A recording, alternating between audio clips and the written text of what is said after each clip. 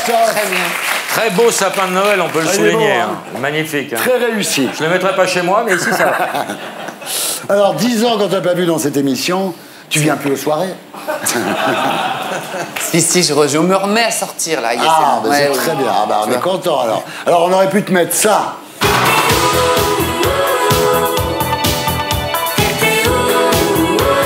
On aurait pu te mettre ça. C'était dit rendez-vous dans 10 ans. C'est vrai. Même jour, même heure, même pas. Mais on préfère écouter ça. C'est comme ça, qu'est-ce que tu veux? C'est comme ça, qu'est-ce que tu veux? J'adore. C'est comme ça, qu'est-ce que tu veux? C'est comme ça, qu'est-ce que tu veux? Et voilà, Christophe Willem est avec nous ce soir. Alors, c'était il y a 10 ans, double jeu. 10 ans. Ah, il s'est passé plein de trucs dans ta vie en 10 ans. Et le même pull, hein, c'est marrant. C'est pas faux. C'est pas faux, c'est un pull de tortue, normal, quoi. Alors, 5 albums, 2 Energy Music Awards, une victoire de la musique. Un outdoor. Un outdoor, un World Music Award, un appart à Paris, une maison en banlieue, une traversée du désert, une opération des yeux, un coming out bisexuel. Oh non, ça c'est dégueulasse. Non, c'est pas. Quelques cheveux blancs et une liaison avec Christine Bravo. Oh merde. Oh là là. Ça fait beaucoup de choses, hein, quand même. Ça fait beaucoup. Ça va marquer la fin de la bisexualité, à mon avis. Ça va marquer la fin de toute sexualité, à mon avis. Tu l'as rencontré comment? Tu faisais un concert dans un bar à vin? Non, je l'ai rencontré aux grosses têtes, en vrai. Ah. Ouais. Ah ouais. Et Ah j'étais ouais. l'invité mystère il y a pas mal de temps, 2-3 ans. Et en fait, je la connaissais pas du tout. On est parti dans un fou rire. Tout le monde était convaincu qu'on se connaissait déjà. Mais voilà, je trouve Christine est... Elle est géniale. Elle est géniale, Ah bah voilà. ouais. Faut le dire. Elle est Moi, vraiment... j'ai fait froufrou avec elle, je me suis régalé. J'adore. Christine, si tu nous regardes.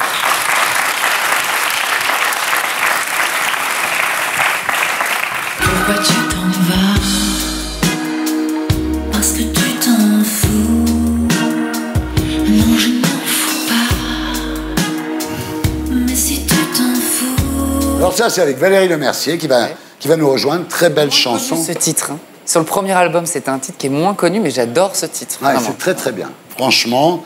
Alors, tu es ici ce soir, en fait, pour une double actualité, Christophe. Pas venu pour rien. Ton 5e album qui s'appelle Rio. Ouais.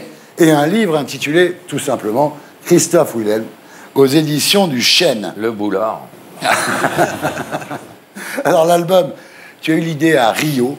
Ouais. Tu passais une semaine à Rio au moment des Jeux Olympiques, aux frais de l'Organisation internationale de la francophonie. Putain, c'est un bon plan. Bah écoute, non, c'était plutôt pas mal cette histoire. Il y avait un titre qui avait été fait par Manu Dibango. Ouais. Il y avait Manu Dibango, Inamoja, Black M et moi qui avons participé à l'enregistrement du titre. En fait, on se relayait à tour de rôle une dizaine de jours à Rio pour montrer le lien entre le monde du sport et le milieu artistique. Donc c'est comme ça que je me suis rendu à Rio. C'est sympa. Ah ouais, c'était très très cool, vraiment.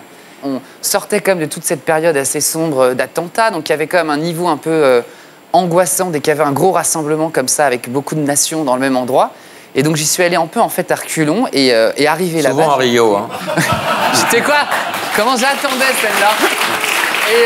Laurent Baffy. Merci. C'était tellement... Merci. Non mais je te les envoie. On est copains, hein. C'est Je l'adore, moi. On est copains. Et voilà, en fait, j'étais vraiment cueilli par cette ville, par l'énergie qui se dégage là-bas, et surtout la notion. Nous, on sortait donc de ce moment-là assez compliqué ici, et là-bas, en fait, c'est vraiment une ville où ils n'ont pas l'opportunité d'envisager les choses, donc ils vivent l'instant présent. Ah oui. Et je trouve que c'est un truc qui nous manque un petit peu ici, donc ça m'a inspiré les textes de cet album. Alors, 3 ans plus tard, effectivement, ça donne un album de 12 titres que tu décris comme pop, fun et soul. Ça veut dire quoi? C'est-à-dire de la pop, tout court, mais si tu veux, en France, le côté pop, c'est toujours un peu la brebis galeuse de la Un peu musique. bubblegum, ouais. Oui, il y a de côté toujours plastique, toujours... Ouais. Voilà. Je n'arrive pas à trancher dans un registre musical, j'aime bien plusieurs choses. Et la pop, voilà, je me sens bien dedans. Alors, ça t'empêche pas quand même d'aborder des thèmes assez graves. Il y a un titre qui s'appelle Madame, qui est un hommage à Latifa Ibn Ziaten, donc la mère de Imad, Tout à fait. la première victime de Mohamed Merah. Avant de mourir, il lui a dit « Reste debout pour le meilleur comme pour le pire ».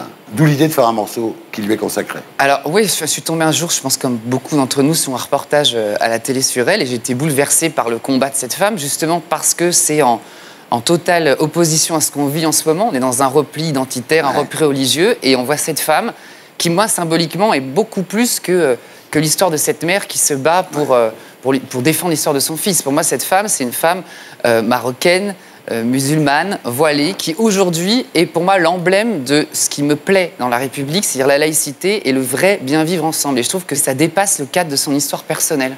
C'est très bien. Il y a aussi, toujours dans cet album Rio, une ode à la liberté sexuelle écrite par Zazie.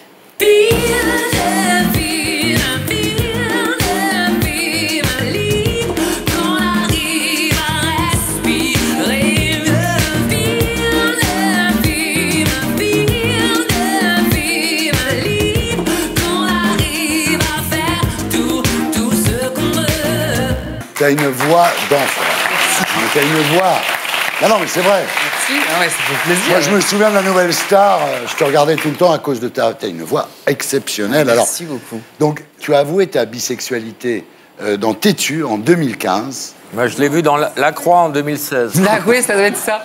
Non, mais parce qu'en fait, il y a toujours l'éternelle question, en fait. Depuis que je suis sortie de l'émission Nouvelle Star, il y a toujours le truc de « alors vous êtes gay, alors vous n'êtes pas gay ». Après, on me dit « pourquoi vous n'êtes pas un peu plus porté pour défendre certaines idées ?» Et j'ai toujours dit que pour moi, que l'amour était une question de personne, que Bien la sûr. sexualité, c'était quelque chose d'annexe dans l'histoire entre deux individus. Voilà, et donc...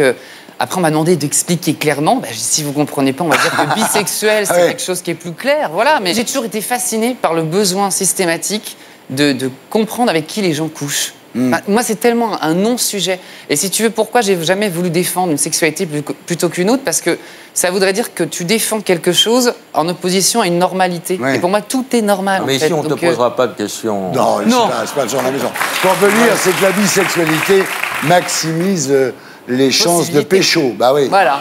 Toujours sur cet album, il y a le titre qui s'appelle Rio. On regarde.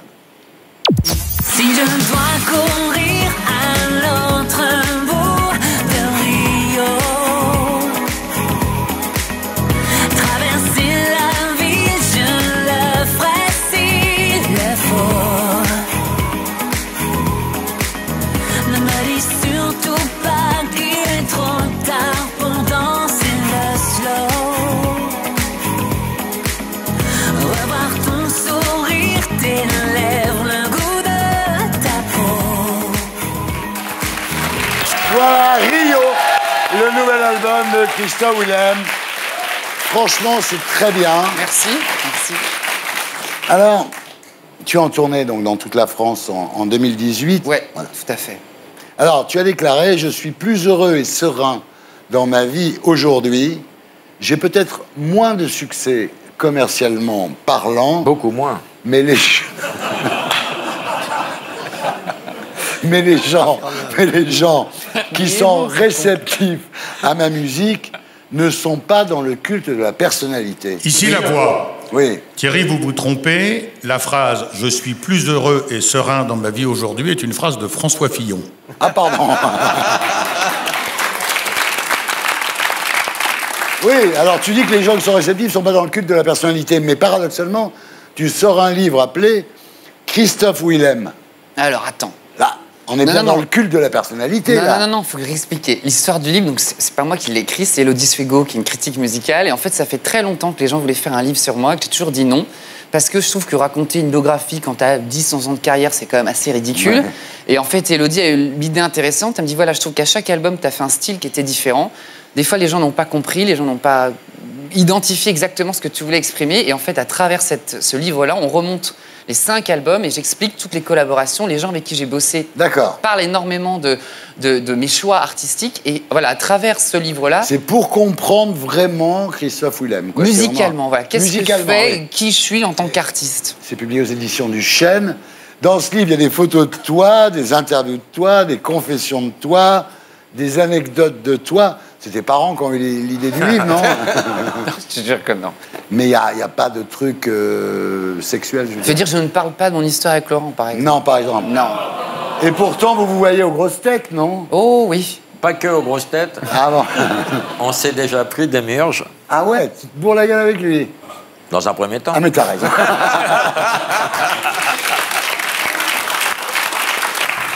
Alors, il y a une phrase que j'ai notée. Si vous cherchez encore la personne qui va changer votre vie, pensez à regarder dans le miroir. J'adore. Ici la voix. Nouvelle erreur, la phrase est aussi une phrase de François Fillon. Pourquoi cette phrase, en vrai? Parce que ce soit dans la vie privée ou dans le travail, je pense que dès qu'on attend, dès qu'on est dans la situation d'attendre quelque chose, on est forcément déçu. Il faut essayer de trouver un épanouissement personnel et essayer de trouver un équilibre seul. Et tout ce qui nous entoure, ça nous accompagne, mais c'est pas vital. Mais c'est très bien. À quel âge tu as? 34. Qu'est-ce que tu veux bien. faire plus tard? Moi, à 34 ans, j'avais pas compris ça encore. Mais tu vois, j'essaye. T'es très en avance. Alors, dis-moi, tu sais toujours chanter, hein? Ouais. Ouais. Tu veux pas me chanter quelque chose? Tu veux que je chante quoi? Sunny. Ah, vas-y. On peut pas chanter avec le groupe? Si, pourquoi pas? C'est juste pour moi, hein. Là, C'est un cadeau pour moi. Sunday, yesterday my life was filled with rain. Sunday, you smile at me and really isn't pain.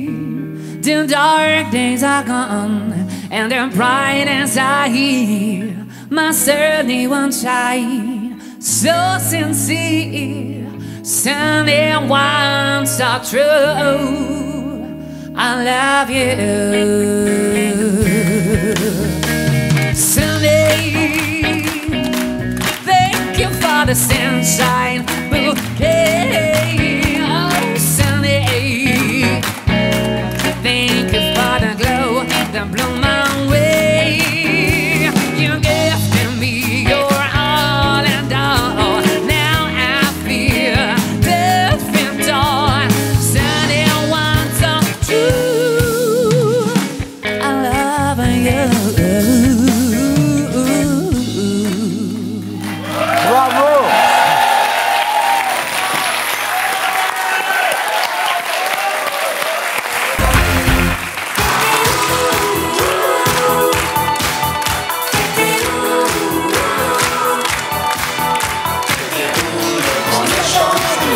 Nadia, bonsoir. Alors, c'est votre grand retour après 10 ans d'absence. Ça donne de l'espoir concernant Xavier Dupont de Ligonnès, qu'on finira peut-être par retrouver un jour. Alors, vous étiez où? Pas en Syrie, j'espère?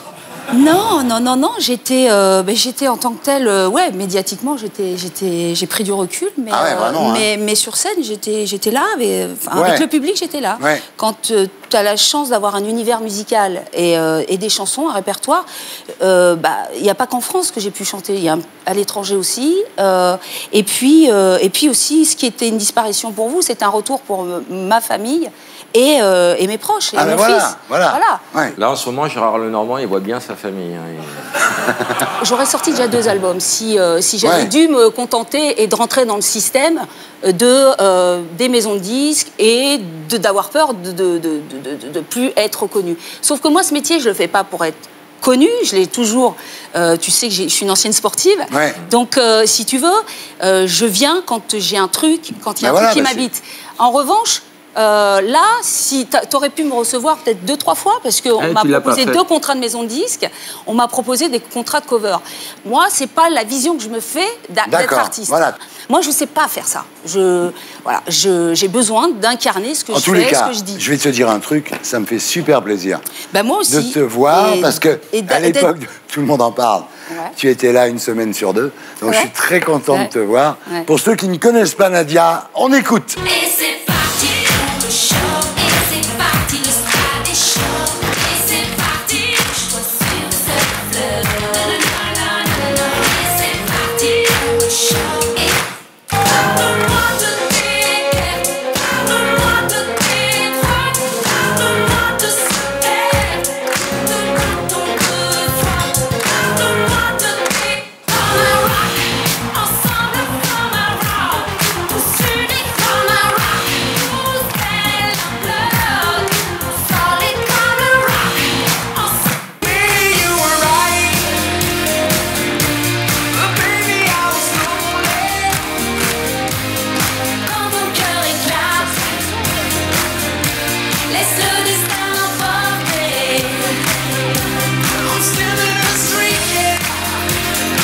Voilà Nadia. 5 millions de disques vendus. Pas mal. Et tu vois, si j'avais eu peur de plus être connectée avec mon métier, j'aurais pu engranger au moment où tout allait bien. J'ai pris ce recul-là. En tout cas, j'ai essayé d'avoir cette sagesse de pas y aller pour y aller. Je pense que la vie m'a vraiment beaucoup fait, m'a donné un gros cadeau. Énorme. De 2001 quand même jusqu'à 2009. Et puis, voilà, 9-9, quoi. Voilà. Et voilà. Et là, aujourd'hui, tu es là avec un nouveau single qui s'appelle Unity, et bientôt un album, et un super clip tourné au Muséum d'Histoire Naturelle, qui comptabilise déjà 300 000 vues. On regarde à quoi ça ressemble. Il n'y a rien de tel et tu le sais. L'humanité c'est comme un tout.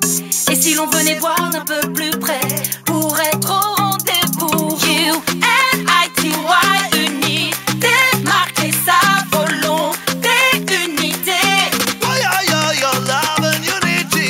U-N-I-T-Y, unité, faire que tout peut changer, unité. Your love and unity.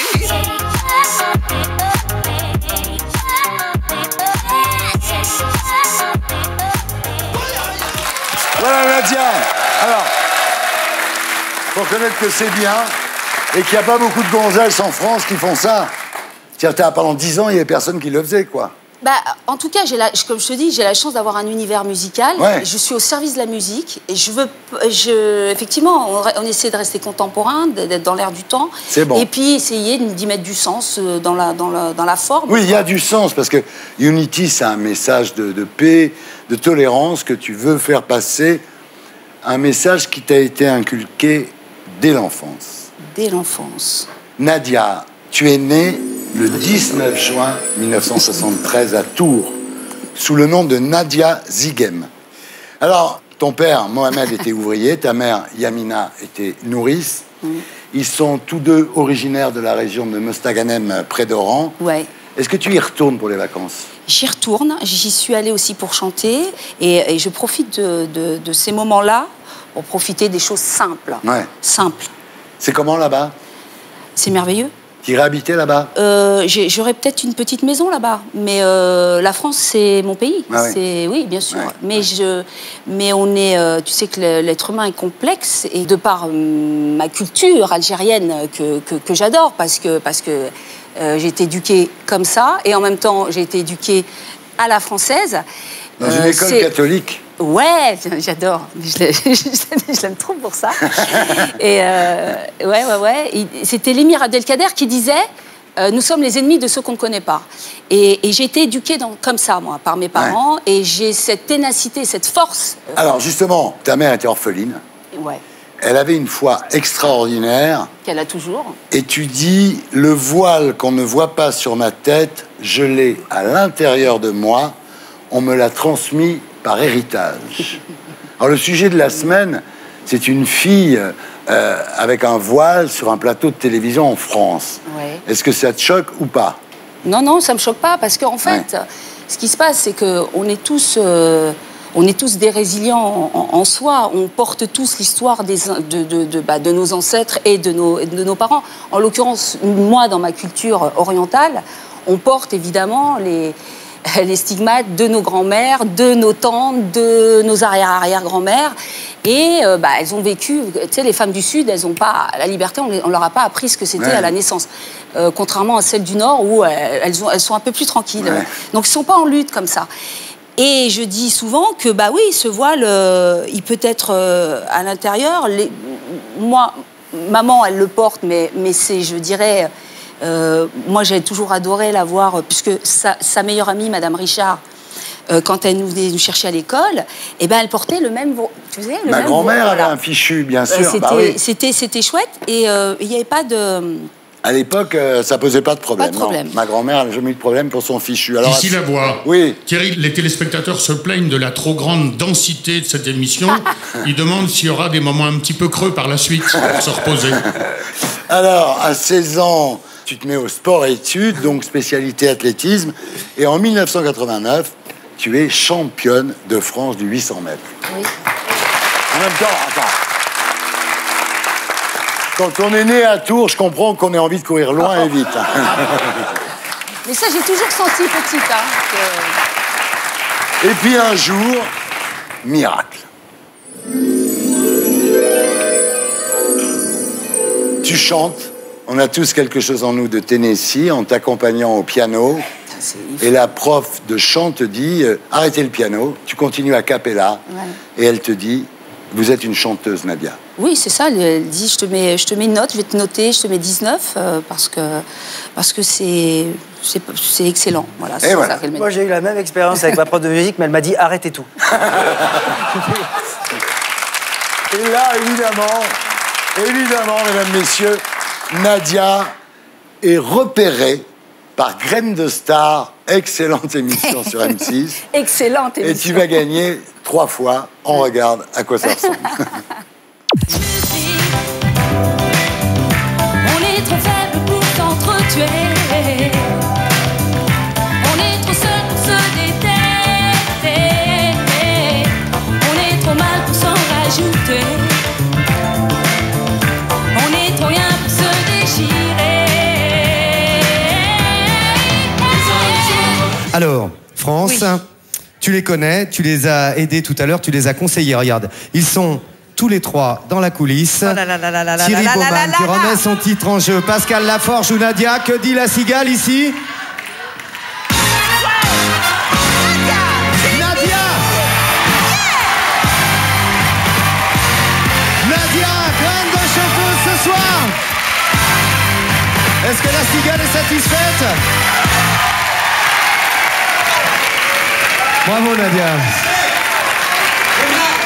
Et voilà, Graines de Star, mesdames, messieurs. France Gall, si tu nous regardes. Alors, faire une carrière, c'est souvent sacrifier sa vie amoureuse. Hein? On en a beaucoup parlé dans Tout le monde en parle. Chaque fois que tu venais, je me disais, mais alors où tu en es? Et chaque fois, j'étais très déçu parce que... Ah ouais. Mais t'inquiète pas pour moi, mais tout va bien. Bah ouais, mais regarde quand même, parce que ça a duré des années, cette histoire. On regarde. Dernier coup de foudre. Dernier coup de foudre. Dernier coup de foudre. Ah bah non, c'est pas hier. Hein. Non, non, c'est effectivement. Ah bon? Vous avez un Jules, là? Non. Parce que, non, mais je me fais beaucoup de soucis pour vous, parce que la dernière fois que je vous ai vu dans cette émission, vous n'aviez déjà pas de Jules. Et je comprends pas ce qui se passe. Le père de votre enfant, vous le voyez plus? Non. Quel con. Moi, je vous aurais pas laissé tomber. Et là, t'as pas trouvé encore? Non. Non, mais c'est incroyable. À chaque fois que tu viens... Moi, c'est un des trucs... Alors, tu vois, voilà. C'est une des souffrances de ce métier, c'est que chaque fois que je te vois, tu me dis que t'as pas trouvé de mec, et à chaque fois, je suis désespéré. Et voilà, ça a duré des années. J'étais désespéré. Elle court trop vite. Ah oui, c'est ça. Elle court trop vite, le mec, il peut pas suivre. Ah ouais, c'est sûr, une fille qui a été championne du 800 mètres, oui, c'est sûr. Oui. Et alors, le jour où on vous prête une liaison, enfin, vous démentez, vous déclarez chez Marc-Olivier Fogiel, je n'ai rencontré Zinedine Zidane qu'une seule fois, donc... Ouais. Et il t'a mis 2-0. Non, vous avez été plus forte que ça, vous avez dit dans Le Parisien, on me pose la question à moi, mais personne n'ose lui poser à lui. C'est vrai, tout le monde a les jetons de lui poser. Bah, j'ai remarqué d'ailleurs que, oui, effectivement, on se permet toujours plus facilement de poser la question aux femmes qu'aux hommes. Et ça, c'est une réalité.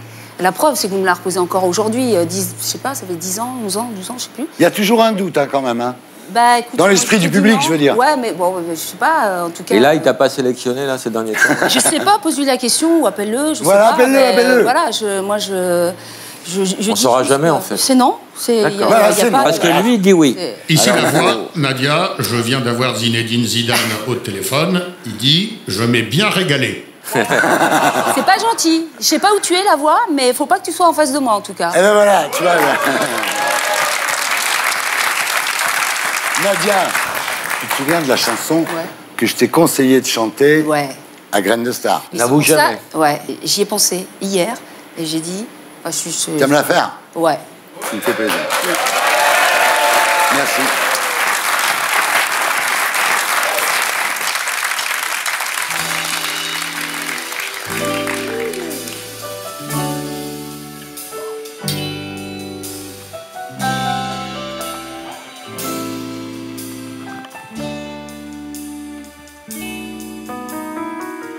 someone found the letter you wrote me on the radio, and they told the world just how you felt. He must have fallen out of a hole in your brown overcoat. They never said your name, but I knew just who they meant. Whoa, I was so surprised and shocked, and I wondered too, if by chance you heard it for yourself. I never told a soul just how I've been feeling over you, but they said you really lied to say on the air, on the radio. Whoa, on the radio. Whoa, on the radio. Whoa, on the radio. Whoa, on the radio. Grazie. Ça fait trop plaisir. Ça va Thierry? Super. Ok, moi ça va pas trop. On peut m'expliquer pourquoi il y avait Olga Kurilenko et moi je me retrouvais avec Boudère? Voilà. C'est pas contre toi Boudère. Enfin si, c'est contre toi. Non mais je veux dire, Boudère je le connais déjà alors que Olga Kurilenko, moi je la connais mais elle me Pas connaît de pas. tentation pour Yvan Attal. Voilà. Bon bah du coup notre premier invité, c'est un peu l'histoire de toute ma vie sur les sites de rencontres. Sur la photo c'est Olga Kurilenko et quand je la vois en vrai c'est Boudère. Bah c'est Boudère mesdames et messieurs. Boudère qui a l'affiche d'une pièce formidable qui s'appelle La Grande Évasion, où avec 3 amis, voilà, ils vont tenter de sortir de prison grâce à une pièce de théâtre classique. Voilà, c'est une sorte de prison break, mais à la place du plan de la prison tatouée sur le cul, c'est une pièce de Molière. Voilà, c'est très bien foutu. Et non, et c'est très couillu comme pitch. Il y a quand même 2 Arabes qui essaient de s'évader de prison en ce moment, c'est quand même très très couillu. Faut pas l'oublier. Boudère, j'ai découvert ça en faisant quelques recherches. C'est pas son vrai nom. En réalité, il s'appelle Mohamed Benyamna. Le pseudo Boudère, j'ai vu, c'est en hommage au footballeur Aziz Boudherbala. Voilà. Heureusement que t'as pas choisi Ben Arfa, sinon tu jouerais jamais.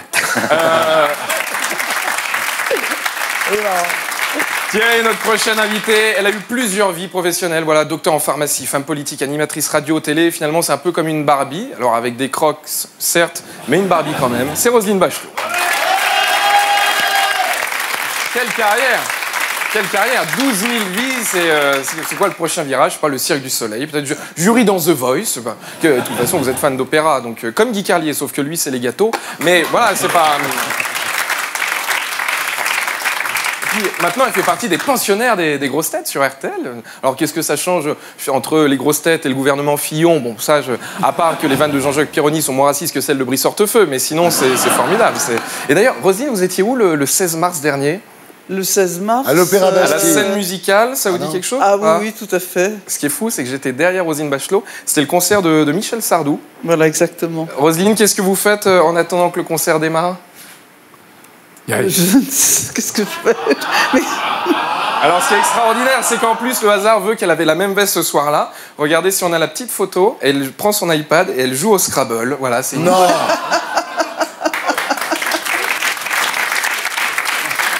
Bravo. Et c'est le hasard, je vais pas vous mentir.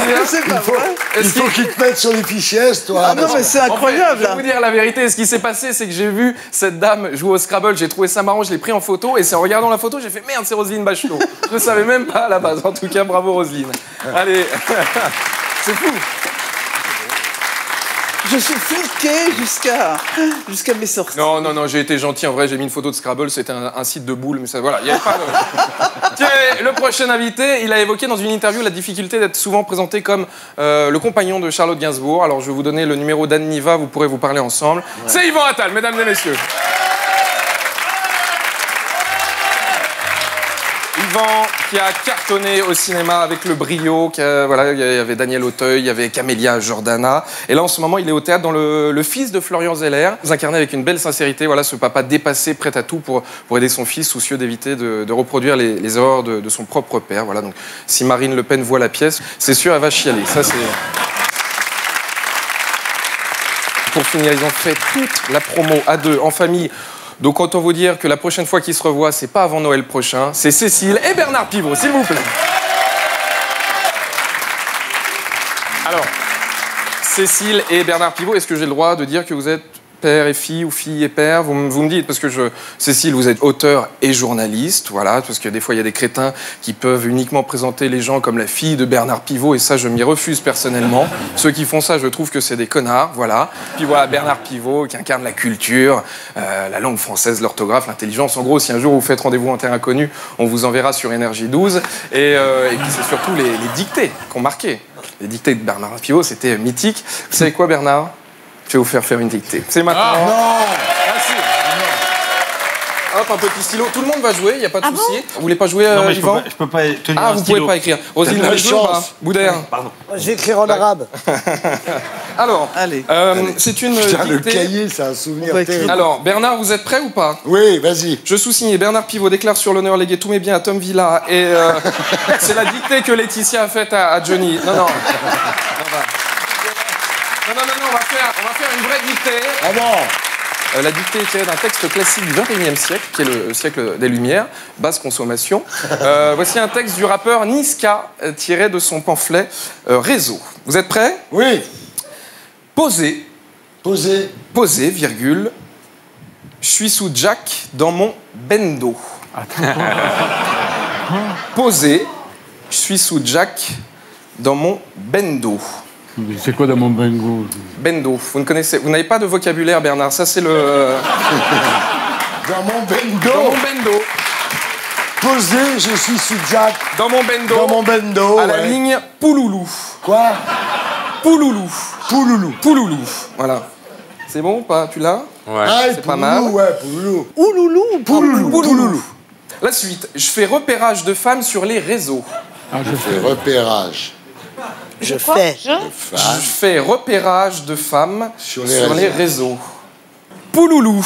Pouloulou encore. À la ligne ou pas, monsieur? Oui, vous pouvez mettre à la ligne, monsieur Baffy. J'essaie de couper sur Roselyne, mais laisse tomber. Non, parce qu'on fait à deux avec Yvan. Roselyne, elle calme. Alors, la suite. Mais non, La on suite. fait avec Yvan.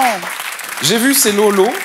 Pouloulou. Et on remet Pouloulou, là. Pouloulou, tout à fait. Abandonne, là. J'ai vu ces Lolo. Mais si on fait des fautes à Pouloulou, est-ce que ça comptera pour une? français, Bernard. C'est d'aujourd'hui, Bernard. Quelle langue? C'est de l'argot, c'est du français, c'est de l'argot. Non, c'est pas du français. J'ai vu Alors, ces Lolo Pouloulou. Elle m'a pas follow back quand je l'ai follow. Ah, elle m'a pas follow back quand je l'ai follow. Quand je l'ai follow, voilà, on va donner du très rythme clair, un petit hein. peu. Non, mais... Elle fait la go qui connaît pas Charo. Attends, Ah, la mon frère, gauche, on c'est est ce que encore dans c'est. Pouloulou, là. Et le pire, c'est que ça a fait 215 millions de vues sur YouTube. Si on peut mettre la petite chanson, je ramasse tout le monde. Hop là, merci beaucoup. Je fais repérage de femmes sur les réseaux.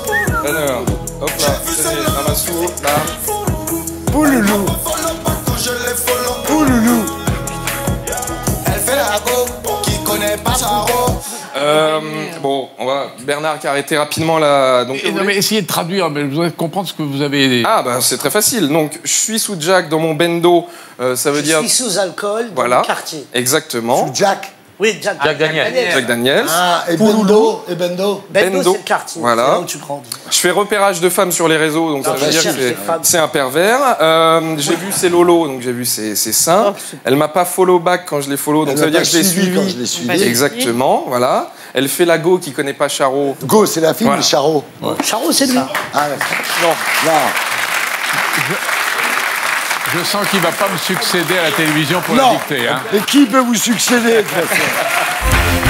Qu'est-ce que tu fais là, toi? La correction. Quand même.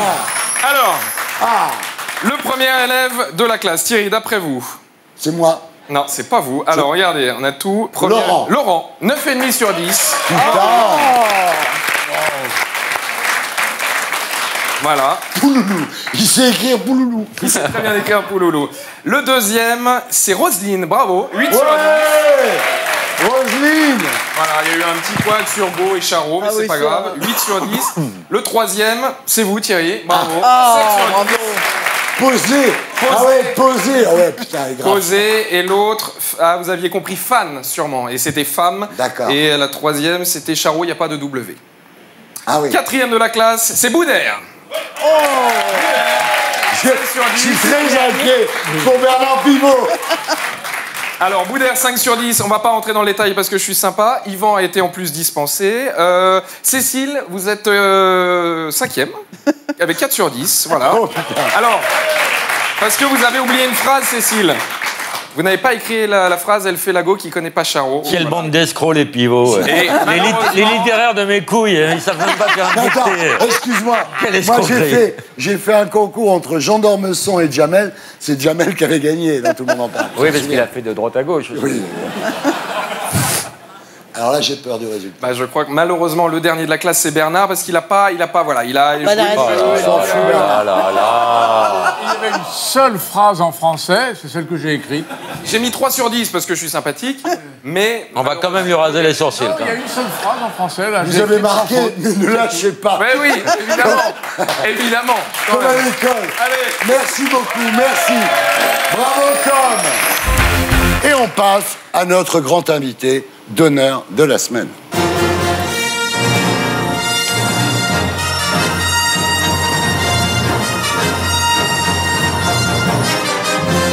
Michel Serres, rebonsoir. Vous êtes né, Michel, le 1er septembre 1930 à Agen. C'était le néolithique tardif. Alors votre père, dites-vous, était casseur de cailloux de Gascogne. Il était dragueur. Dragueur. Avant que ça prenne ce sens-là. Ah oui. C'est-à-dire, il avait une drague sur la Garonne, grâce à laquelle il extrayait les cailloux et les sables. Ah. Mais le mot dragueur est devenu, dans notre sens, beaucoup plus tard. Votre père était dragueur, mais fidèle. Mais voilà. C'est comme la Marie Salope. Ça existe. C'est un bateau. Ouais. Oui, c'est un bateau, bien entendu. Et Très ce connu. bateau très utile, Voilà. puisqu'il évacue les ordures. Alors ensuite, école navale de Brest, école normale supérieure rue d'Ulm. Vous étiez 2e à l'agrégation de philosophie. Ensuite, la Marine nationale. Alors ça, je comprends pas. Vous avez participé à l'expédition de Suez. Il y a eu une expédition militaire à l'époque où Nasser a nationalisé le canal. Et c'est moi qui, quelques mois après, a pris un bateau dans le sud, c'est-à-dire à Djibouti, pour négocier la paix et la réouverture du canal. Ah. Je n'ai pas participé à l'expédition, mais à la réouverture du canal, c'est-à-dire à la négociation de paix. Pas la guerre, mais la paix. Vous avez fait la guerre, ça c'est très bien. Alors ensuite, vous devenez enseignant.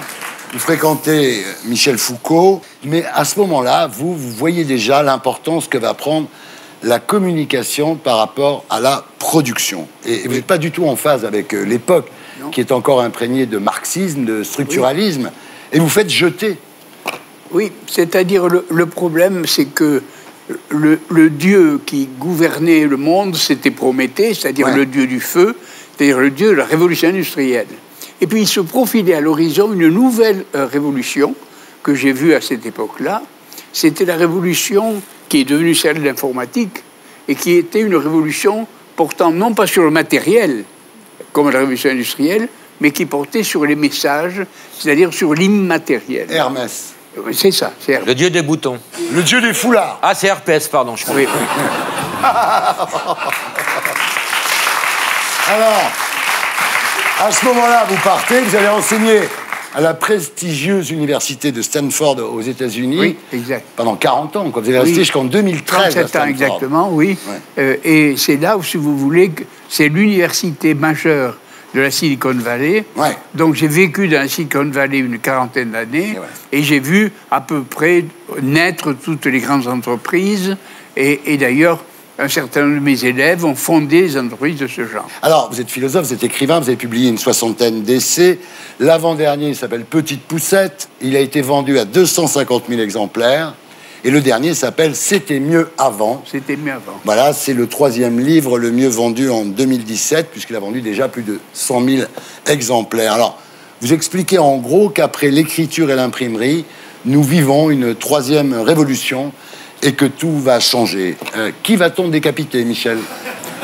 C'est une bonne question. C'est-à-dire qu'à un certain moment, vous vous souvenez qu'à l'époque où Paris s'appelait Lutèce, on avait assisté à la décollation de Saint-Denis. Vous vous rappelez de ça?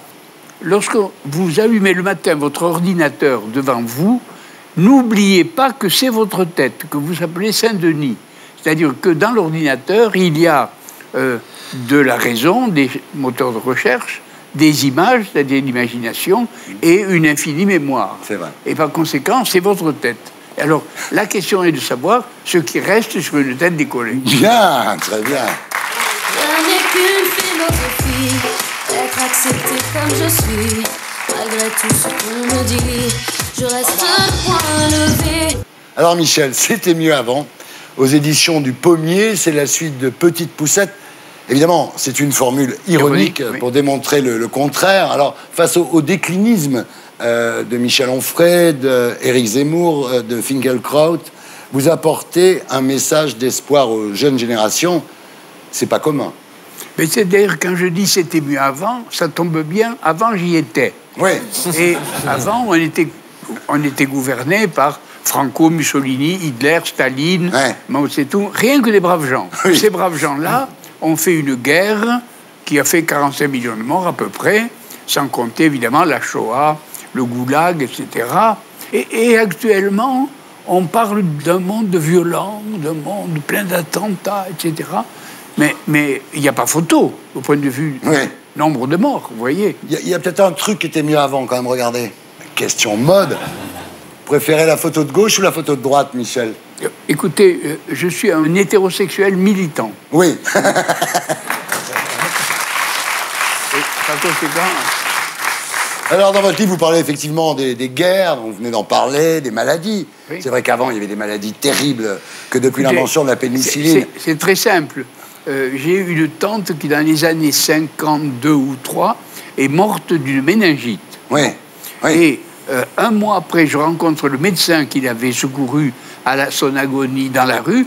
Et il me dit, pauvre Michel, maintenant on a la pénicilline, ta tante serait simplement 8 jours de fièvre et de la pénicilline. C'est tout. Et donc les maladies infectieuses ont reculé. Alors, l'alimentation, vous dites que l'alimentation s'est améliorée, évidemment, parce que, en tous les cas, elle est sans doute plus saine, même s'il y a des problèmes avec Lactalis.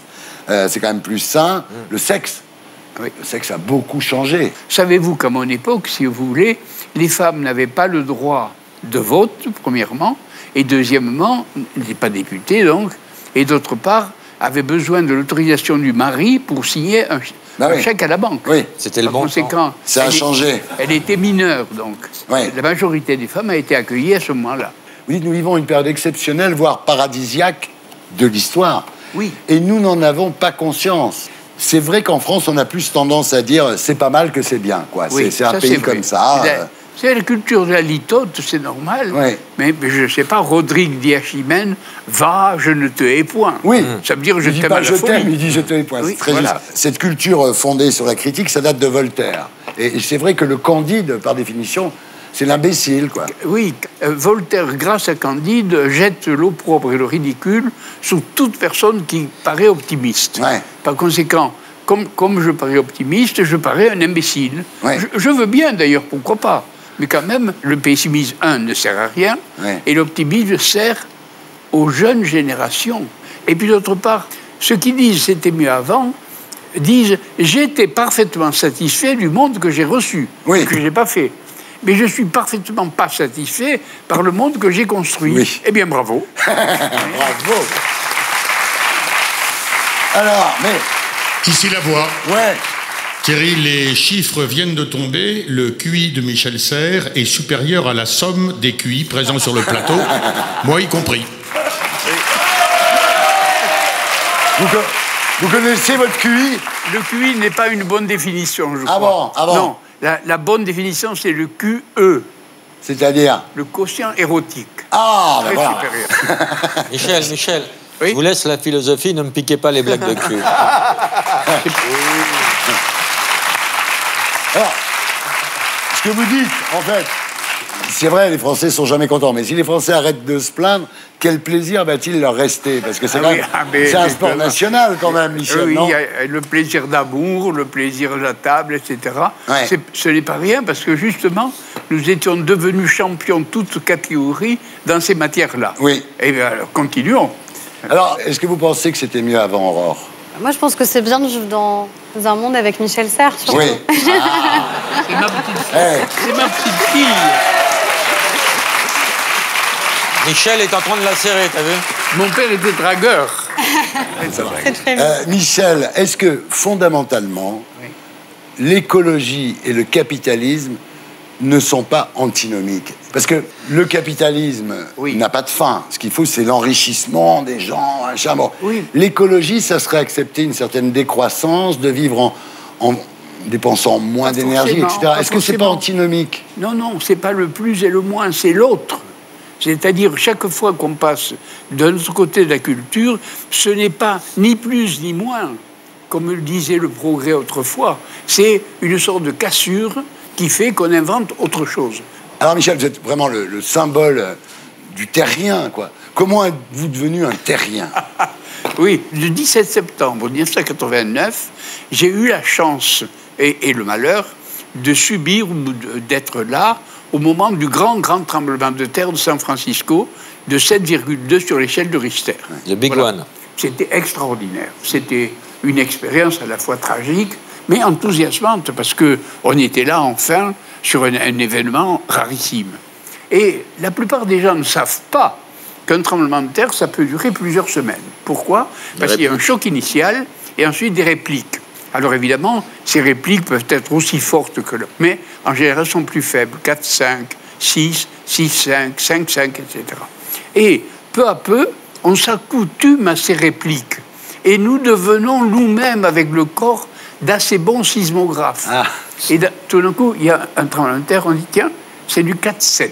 Alors, on appelle un copain, on lui dit, qu'est-ce que tu en penses? Oh, il dit, c'est plutôt du 4-8, plutôt de... etc. Alors, on attend le verdict des scientifiques, évidemment. Mais au bout d'un certain temps, on devient très, très bon. Ah oui, on est un terrien, c'est ça? C'est ça. C'est-à-dire, l'harmonie du corps avec la terre recommence. Tout d'un coup, vous êtes un terrien, voilà, au sens propre du terme. Alors, vous avez déclaré « J'aimerais être la sage-femme du monde à venir ». Oui, oui. D'abord parce que c'est femme, et que vous avez remarqué que j'ai intitulé mon précédent livre « Petite poussette » et non pas « Petit poussé ». Vous savez pourquoi? Parce que la plupart de mes meilleurs étudiants, pendant toute ma vie, étaient des étudiantes. Mais d'autre part, c'est vrai que dans une bascule de culture complète comme aujourd'hui, dont la comparaison peut être à peu près la Renaissance, après le Moyen-Âge, un truc comme ça, l'essentiel, c'est faire advenir le monde qui vient. Oui, voyez, l'accoucher. Et l'accoucher. C'est-à-dire, il va être complètement inattendu, complètement imprévisible, complètement pas comparable à aucun monde avant. Vous voyez ce que je veux dire? Qu'est-ce que j'aimerais l'avoir eu comme prof à l'université.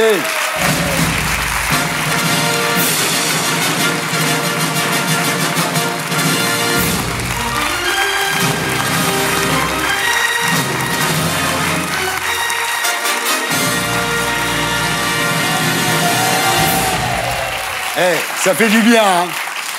Ouf, tu as l'impression d'avoir pris un bon bol d'air, là. T'inquiète pas, ça va redescendre avec Reichmann. Non. Non, c'est rigolo parce que la dernière fois, en fait, que je suis venu dans votre émission, je dirais, il y avait Monsieur Vauquier à côté, et ben là, ça change totalement. Ah ben oui, complètement, oui. On alterne toujours. Un génie, un con, un génie. Et maintenant, vous ne serez pas étonné qu'on fasse un quiz. Qui a dit spécial Dieu?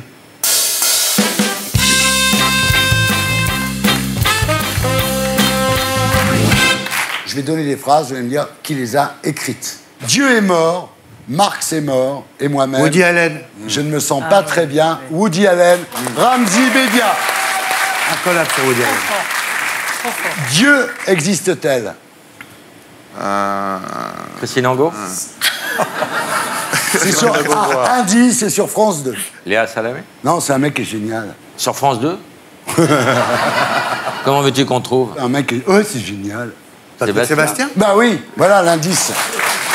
C'est pas mal. Dieu existe-t-elle? C'est pas mal. Un ami à toi. Si Dieu avait voulu qu'on aille à la messe, il aurait fait des bancs d'église plus confortables. Bigard? Non. Un ami à moi? Ouais, quelqu'un que tu respectes beaucoup. Mais je respecte personne, Thierry. Ah, Ben Laden. Ne ris pas parce que Ben Laden est né le même jour que Ramzi. Ah ouais? Eh ouais, mon vieux. Comme quoi, il n'y a pas de fumée sans feu. C'est tout ce que je voulais dire. Ouais. Non, c'est ton ami C'est ton ami Jean-Yann. Ah, bah, c'est mon idole, c'est pas mon ami, c'est mon idole. Dieu est gaulliste, qui a dit ça? Marine Le Pen. Non. De Gaulle? Ouais, De Gaulle. Quelle leçon pour Zemmour. Hein. Dieu créateur de tout, responsable de rien. C'est un génie qui a dit ça. Grandet. C'est toi, connard. C'est moi. Mais ouais. Eh oui, c'est moi. Eh oui, oui, oui. Mais c'était dans mon dico, bien sûr. Qui a gagné? Ramzy, monsieur Ramzy Lévy. Alors, je vais te dire, quand je me souviens de Éric Zemmour qui critiquait soi-disant ton manque de Parce que culture. j'avais une veste rose à l'émission. Ouais. Ah. C'est peut-être pour ça qu'il m'a pas respecté. C'est le costume qui fait tout, en fait. Il est top. Tu l'as acheté où? Dans une marque très très élevée. Fais ça. Alors, non, arrête, il y a l'antivol encore. Et maintenant, c'est l'heure des infos de l'ISO.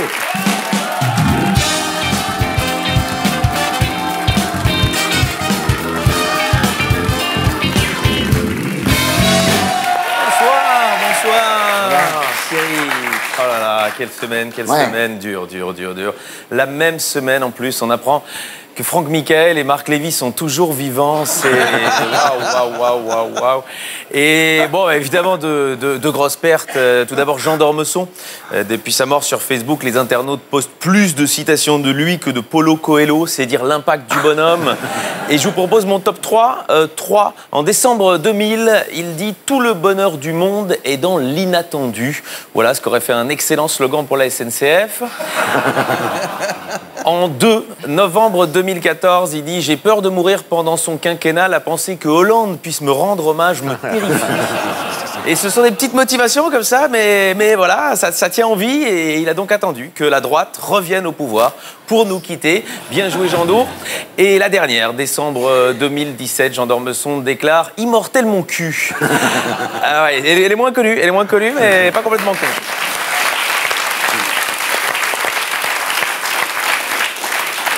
Et puis le lendemain, nous quittait Johnny, comme si la fatalité voulait rééquilibrer culturellement. Mais Johnny, c'est aussi l'auteur d'aphorismes redoutables. Mon top 3, là aussi, juillet 2012, bonsoir Clermont-Ferrand, et qu'il déclare malheureusement lors d'un concert à Saint-Étienne. Et pas de bol. Novembre 2015, il déclare « Si je n'étais pas chanteur, j'irais combattre Daesh ».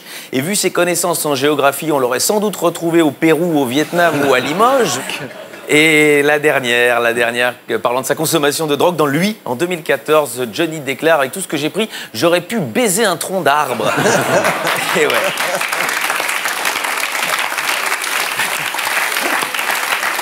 Il avait de l'humour, Il avait de l'humour et connaissant sa libido, on a évité une déforestation. Mais voilà, Johnny nous a quittés. À Bruxelles, le métro a diffusé les tubes de Johnny toute la journée. Et là, je veux rassurer les Portugais qui utilisent les transports en commun. Florent Pagny est toujours en bonne santé. Il n'y a pas longtemps. Autre hommage, Aurore Berger de La République En Marche a déclaré « La mort de Johnny est comparable à ce que la France avait connu avec Victor Hugo ». Et encore Victor Hugo, lui, il n'avait même pas fait de duo avec Lara Fabian. Et Gérard Collomb, ministre de l'Intérieur, a avoué « Johnny Hallyday, c'est toute ma jeunesse ». Bien essayé, mon GG. Hein. On sait tous que sa jeunesse, c'était Tino Rossi. Emmanuel Macron souhaite le retour des chasses présidentielles. Alors, après la chasse aux chômeurs, la chasse aux migrants, il s'est rendu compte que l'activité lui plaisait bien. Alors, seul problème, c'est que quand il va utiliser son appôt pour attirer les bécasses, il y a Marlène Schiappa qui va débarquer. Oui. On a le droit à des blagues misogynes avec Marlène Schiappa, elle aime ça. Passons aux migrants à Calais. Yann Moix, cette semaine, a fait une charge violente envers Emmanuel Macron. Il affirme que des actes de barbarie sont commis sur les migrants. Et c'est vrai qu'en matière de barbarie, le gars s'y connaît bien. Il passe 4 heures chaque samedi soir à côté de Christine Angot. Et pour compléter les propos d'Yann Moix, on va voir Calais, 6 migrants découverts dans un camion à sucre. Ça va vraiment mal, ce pays. Déjà, il y a de la salmonelle dans le lait. Maintenant, il y a des migrants dans le sucre.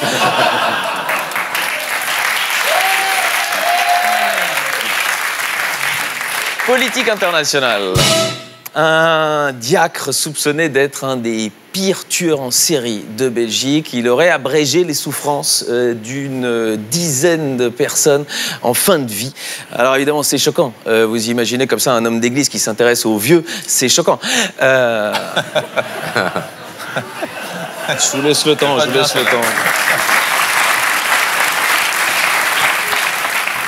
International encore à Hawaï. Il y a eu un pic de connexion sur Pornhub, le site internet de pornographie, après la fausse alerte au missile. Alors souvenez-vous, les habitants d'Hawaï avaient reçu l'information comme quoi un missile balistique allait leur tomber dessus.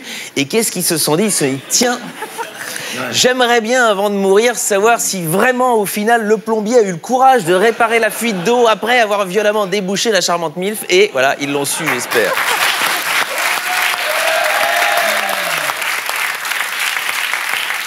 Patrimoine.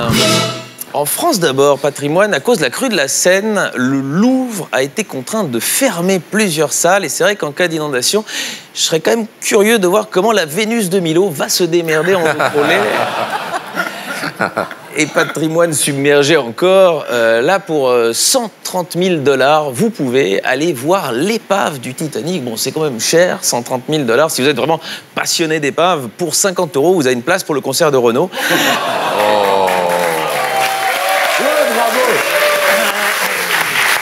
Ça a divisé, je l'ai senti. Oui. Je l'ai senti. Société. Avec cette info, les ados préfèrent fumer de l'herbe plutôt que des cigarettes. Et Thierry, moi, j'ai toujours su que vous étiez un grand enfant.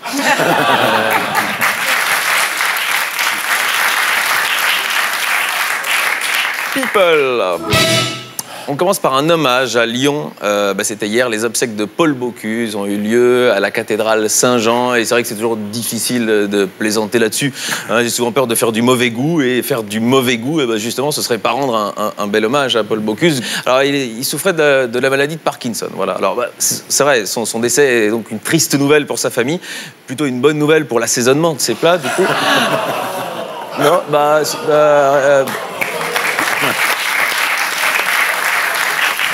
C'est vrai que vers la fin, il faisait plus que des maillots, le pauvre. En tout cas, il montait bien les blancs en neige. Et hommages, évidemment, sont tombés de partout pour Paul Bocuse, notamment celui de Nicolas Sarkozy. J'ai toujours beaucoup de respect pour quelqu'un qui, tout au long de sa vie, a traîné encore plus de casseroles que moi. People encore, le salaire de Natacha Polony sur Europe 1 a fait polémique cette semaine et on a appris que Natacha Polony avait été payée l'an dernier 27 400 € par mois pour sa revue de presse. Le plus fou, c'est qu'en gagnant une telle somme, elle continue à se couper les cheveux toute seule.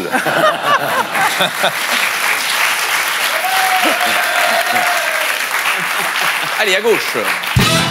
François Hollande a été élu l'homme politique le plus drôle de 2017 et il est allé chercher son prix mardi soir.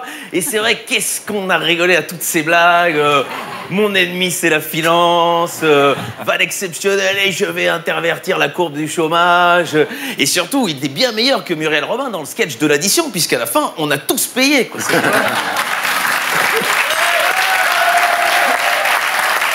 Société. Cette semaine, les dentistes étaient à nouveau en grève. Alors, sur Twitter, Didier Deschamps a réagi. Rien à foutre. Et Michel Houellebecq lui a répondu. Pareil, smiley qui pleure de rire. Poitiers, un clitoris géant va être installé sur le campus de l'université pour revendiquer l'égalité homme-femme. Et ça, vraiment, je trouve que c'est une bonne initiative, Thierry, parce que souvent, on dit que les hommes ne savent pas où se trouve le clitoris. Et bien maintenant, on sait, il est à Poitiers. Bravo!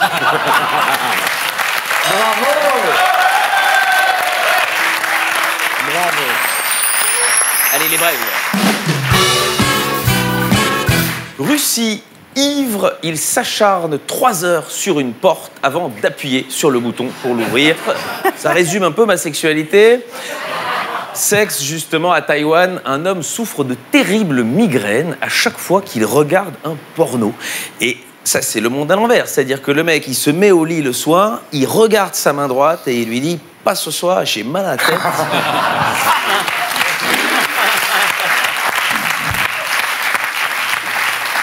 Et la dernière, elle est magique parce qu'elle vient de chez nous, Philippe. Le musée de la photographie de Bruxelles a été attaqué en justice par le musée de la photographie de Charleroi pour plagiat de son nom. Et pour éviter le procès, il a changé de nom et a choisi de s'appeler le Fusée de la motographie de Bruxelles. C'est complètement con, c'est tellement belge. C'est bien, c'est belge. Ben ouais, c'est vrai. C'est comme si Pascal Obispo avait choisi comme nom de scène Pichel Molnareff. C'était un peu dans le même essai.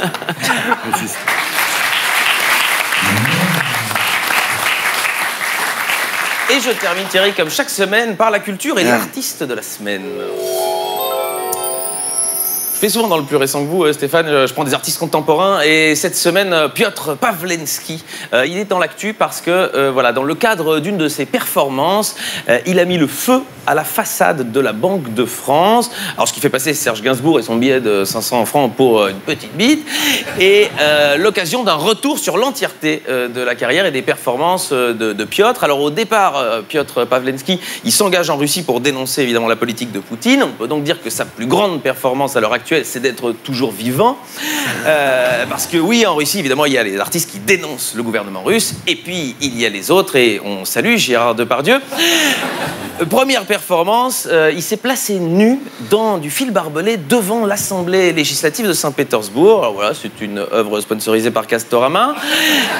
Et un autre acte fort, celui-là on en avait entendu parler, il s'était cousu les lèvres durant le procès des Pussy Riot, et c'est la preuve qu'on peut donner un avis politique fort tout en la fermant, et ça, Alain Finkielkraut pourrait s'en inspirer.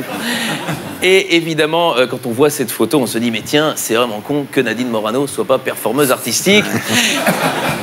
Et la suivante, octobre 2014, il a escaladé nu le mur de l'enceinte du centre psychiatrique Serbski et s'est coupé un bout d'oreille. Alors, entre nous, c'est une pulsion qu'on a tous un petit peu eue à la 623e écoute de Despacito. Mais lui, il voulait protester contre l'utilisation politique des centres psychiatriques et pour cause, il avait été interné 21 jours avant d'être relâché car il a été déclaré sain d'esprit. Et là, je vous cache pas que le diagnostic m'a un petit peu surpris quand même.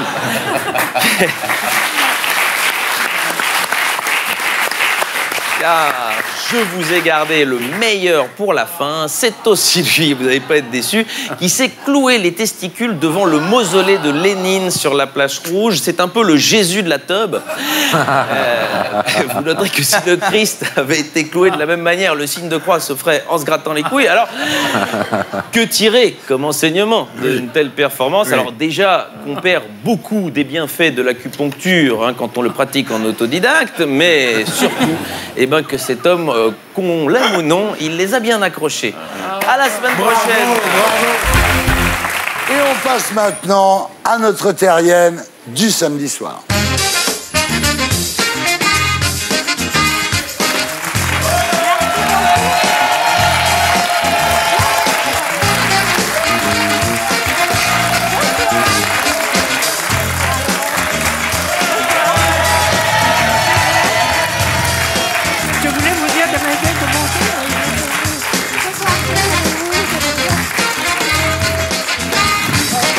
Alors, ce soir, dans Salut les Terriens, nous sommes très honorés de recevoir le dernier mythe grec vivant. Du haut de ses 60 ans de carrière, elle comptabilise à elle seule 134 albums, 1600 chansons, 300 millions de disques vendus et 300 disques d'or. Elle a été députée au Parlement européen, elle est ambassadrice de l'UNICEF, et elle parle 6 langues. Voilà. Mais on la connaît surtout pour ses lunettes. C'est Nana Mouskouri.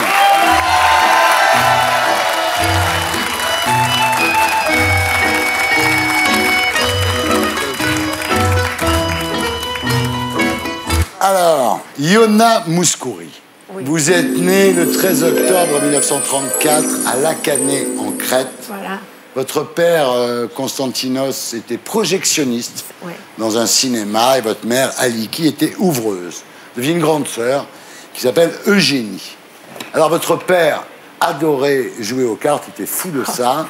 Et le jour de votre naissance, il était tellement absorbé par son jeu de cartes qu'il a oublié de prévenir la sage-femme, ce qui fait que votre mère a accouché toute seule. C'est déjà un début exceptionnel. Exceptionnel, oui, c'est vrai. Alors, vous avez 3 ans quand votre famille s'installe à Athènes, et puis c'est la guerre. La Grèce est occupée par l'Allemagne nazie. Vous avez 7 ans quand votre père part combattre dans la résistance. Vous n'avez rien à manger. Vous êtes avec votre mère qui se prive pour nourrir ses 2 filles. Quand il y avait des pois chiches, elle vous donnait tout. Quand elle trouvait le pois chiche. Ouais. Enfin, la guerre, c'est toujours partout, non seulement triste, des fois c'est cruel, c'est vrai. Alors pendant les bombardements, vous allez vous cacher dans la cave d'une brasserie. Oui. Et quand vous sortez, il y a du sang sur les trottoirs, il y a des gens qui sont éviscérés, qui sont démembrés. Et très tôt, donc, vous êtes mis en contact avec la violence. Oui, absolument. J'avais 4 ans quand ça commençait, j'avais 10 ans quand c'est fini, la guerre. Alors, c'était un début dur. Mais vous savez, je pense que dans la vie, quand on commence à avoir toute cette tristesse, toute cette cruauté, déjà jeune, vous cherchez la paix dans la vie. La paix et aussi l'amour, parce que quand il y a l'amour, il y a aussi la paix autour, il y a la compréhension. Alors, à l'époque, vous serez témoin d'une exécution publique, et cette image vous a hanté longtemps. C'est-à-dire, vous faites longtemps le cauchemar qu'on vous court après pour vous fusiller. Est-ce que vous le faites encore maintenant, ce cauchemar? Est-ce que ça reste prégnant chez vous? Quand j'ai un cauchemar de la nuit, je vois une petite fille qui est autour d'un puits. Elle essaye de ne pas tomber dans le puits. Ah ouais. Alors, ce qui est terrible en Grèce, c'est qu'après la guerre mondiale, il y a eu la guerre civile. Il y a la guerre civile. Donc c'est très compliqué, c'est très violent. Et pour fuir la guerre, vous chantez. Alors vous chantez sur la scène du cinéma où votre père travaille. Et vous chantez cette chanson extraordinaire, évidemment, Over the Rainbow, du Magicien d'Oz, qui est une chanson que, voilà, pour vous, c'est une chanson... Je la chante toujours. Ah ouais. Un petit bout, là, juste comme ça. Somewhere over the rainbow, way up high, there's a land that I heard of once in a lullaby.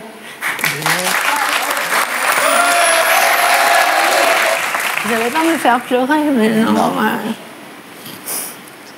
Alors, il y a une chose extraordinaire, je voulais vous dire depuis tout à l'heure, Nana, c'est que ça fait 30 ans que je fais ce métier. C'est la première fois que j'ai la chance de vous interviewer et j'en suis très content. Alors là, vos parents vous inscrivent au conservatoire, vous apprenez le piano, mais vous vous révélez une excellente vocaliste parce que vous avez une dissymétrie dans les cordes vocales. Vous avez une anomalie physique, en fait, qui fait que vous pouvez atteindre des notes très élevées. Voilà. Oui, mais il faut travailler pour les apprendre, les notes. Alors, quand vos parents n'ont plus assez d'argent pour payer le conservatoire à leurs 2 filles, votre sœur Eugénie s'arrête. Ouais. Elle dit, et pourtant elle chantait bien. Hein. Très très bien, elle chantait mieux que moi. Moi j'avais une petite voix enrouée au début. Elle s'arrête pour laisser l'argent pour que je puisse continuer moi.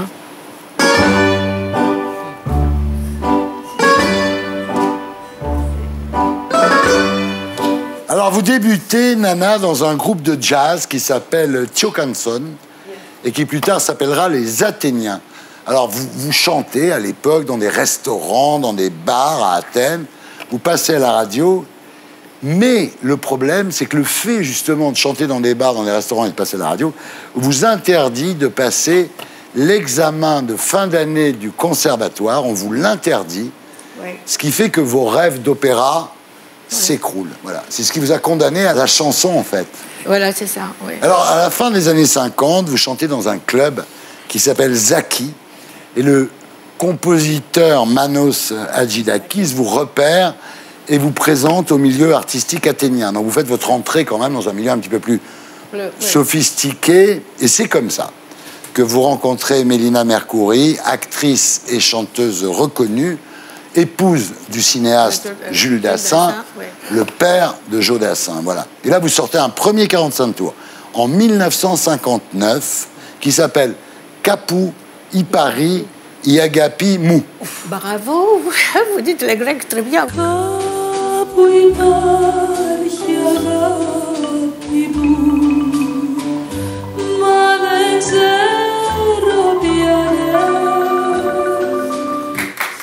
Ici la voix.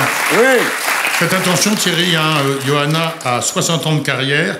Là, vous n'êtes même pas à la moitié. En 1960, vous contribuez à l'écriture des Enfants du Pirée pour Mélina Mercouri. La chanson deviendra la chanson du film Jamais le dimanche. Gros succès. Et puis après une victoire dans un radio-crochet, vous devenez une vedette dans toute la Grèce. Alors là, vous quittez votre groupe, les Athéniens, pour évoluer toute seule. Et vous allez chanter devant des gens comme Aristote Onassis, mais aussi John Fitzgerald Kennedy, Juan Carlos, le roi d'Espagne. Juan Carlos, oui, le roi de Grèce à l'époque, oui. En 1960, vous vous installez à Paris. Oui, invité par M. Hazan, et j'insiste à le dire. M. Hazan qui dirigeait les disques Philips. Philips, exactement. Donc vous installez à Paris, on regarde. Rose blanche de Corfou, rose blanche, chaque nuit je pense à vous. Rose blanche de Corfou.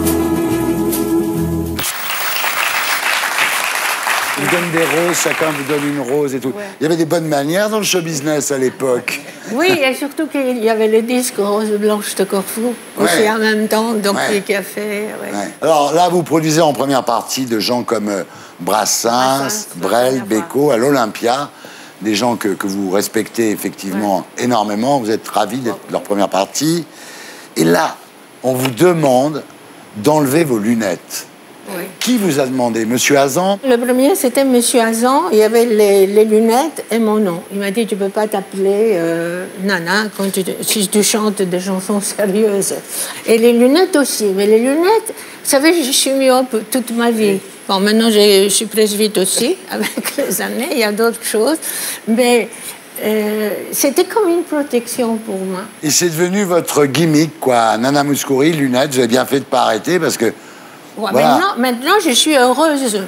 Parce que je vois tout le monde a des lunettes. Vous avez même inspiré Paul Naref. Ouais.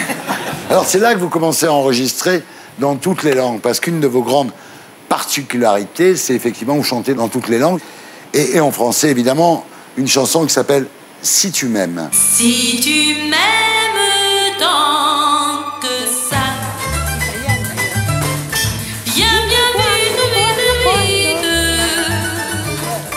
le temps passe, méfie-toi, comme l'autre les doigts.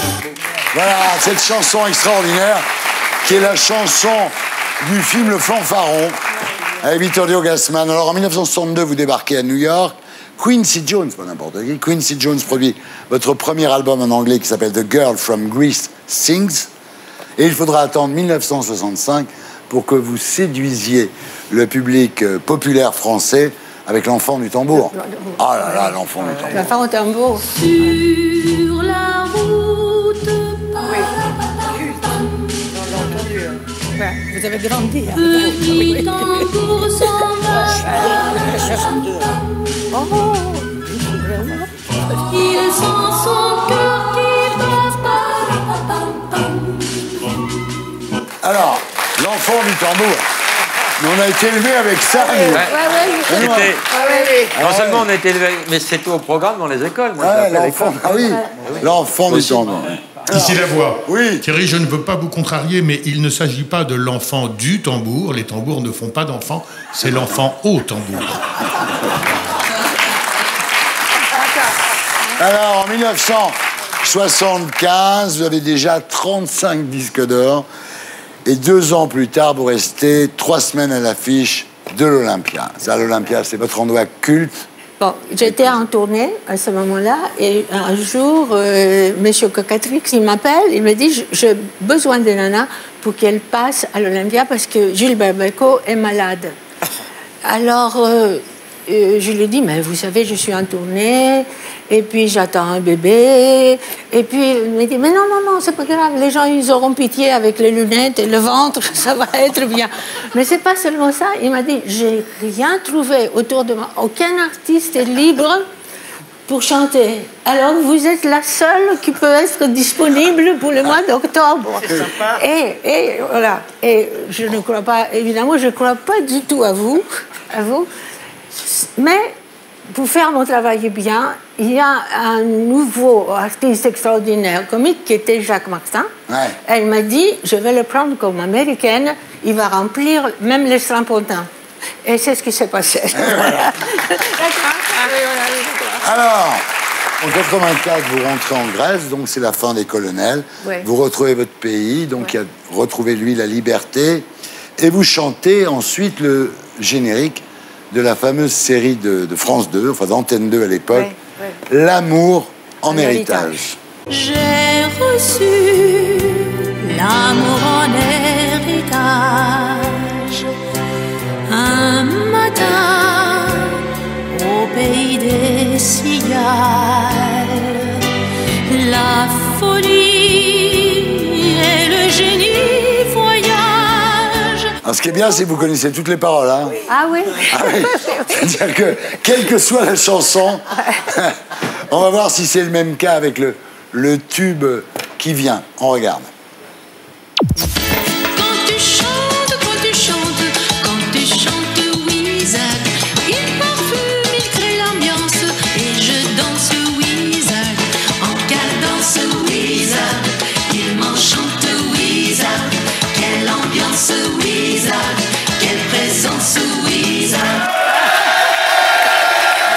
Qu'est-ce qui s'est passé? Vous avez besoin d'argent? Bien sûr, je respecte l'argent, mais je ne suis pas quelqu'un qui fait les choses pour l'argent. Alors, mais c'est vrai que là, il y avait deux choses. Il était bien payé et en plus, c'était Juste Jacquin. Vous connaissez Juste Jacquin, le photographe qui était... Oui, et c'était un très grand ami à moi. Et puis, il m'a dit, écoute, j'ai fait quelque chose, si tu veux, on va le faire ensemble, on va aller... C'est bien fait, hein, c'est propre. Oui, c'est tellement propre qu'il fait... C'est bien désinfecté. Hein. Le problème, c'était que j'avais tellement honte et que j'ai dit la seule chose que je peux faire, c'est de donner à une œuvre. Et comme j'ai travaillé par-ci avec UNICEF, j'ai mis l'argent chez UNICEF oui, pour avoir ma conscience.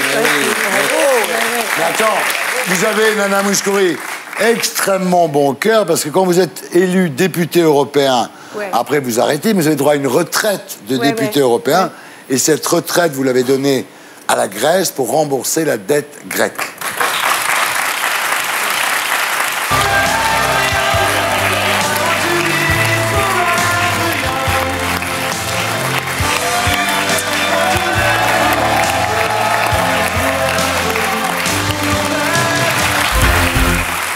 Et maintenant, on passe à notre T'étais où de la semaine.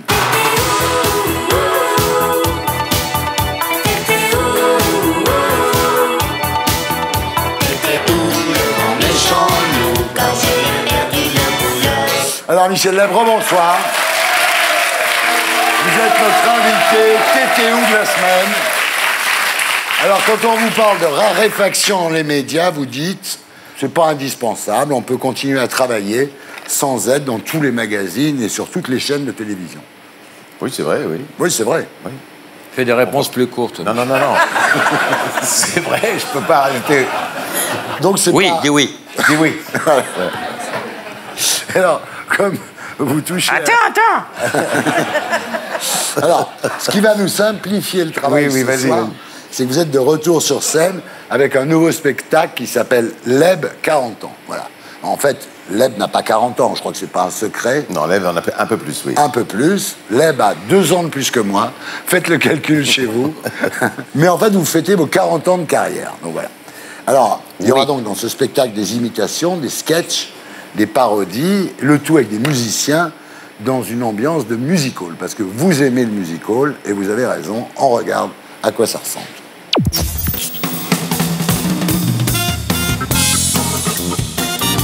On ne peut plus rire de tout.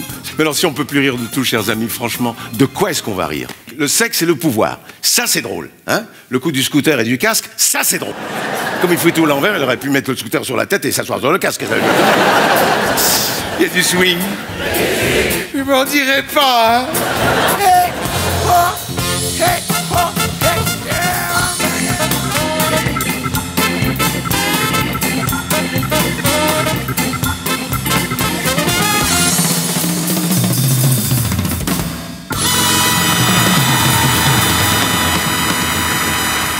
40 ans. Moi, j'aime bien le musical. Ces jongleurs, ces danseuses légères, et le public qui rigole quand il voit des petits chiens blancs portant faux col. Moi, j'aime tous les samedis. Ah oui, c'est ça. Ben voilà, on y est.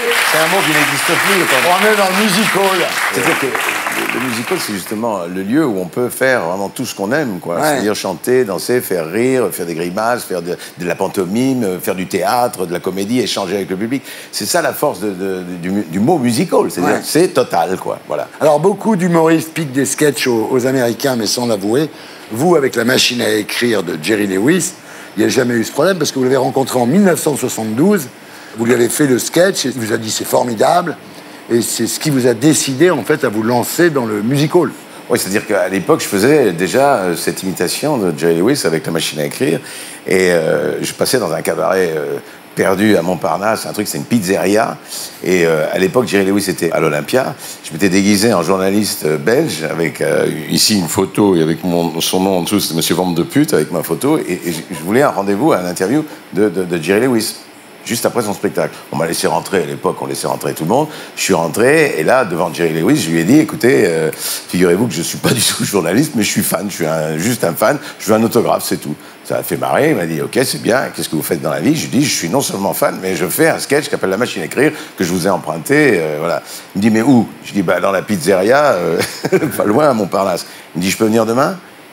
Ça, c'est le genre de truc que tu crois pas ce qu'il dit, et effectivement... Non, demain, on est complet, connard. Je l'ai pas dit, mais quand j'ai dit au patron de la boîte, pas du restaurant, il vient, il me dit c'est ça, l'empereur de Chine viendra aussi. Et il est venu à minuit, et il s'est installé dans la salle, et là, il était à 10 mètres de moi. Et il vous j'ai a fait adoubé le d'une sketch. certaine façon. Oui, il m'a adoubé, quoi, Ouais. c'était formidable. On regarde à quoi ça ressemble.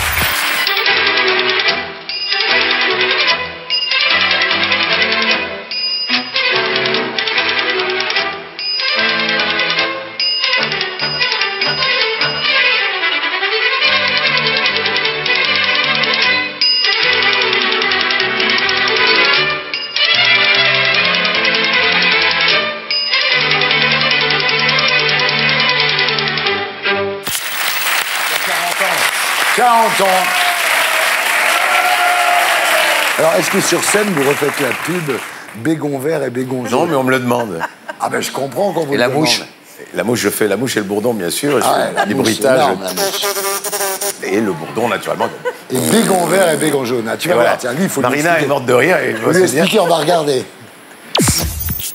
On ne combat pas les insectes qui font comme les insectes qui font. Alors contre les il y a jaune et contre les il y a vert. Non, mais ce qu'il y a, c'est que, imagine que ça fait.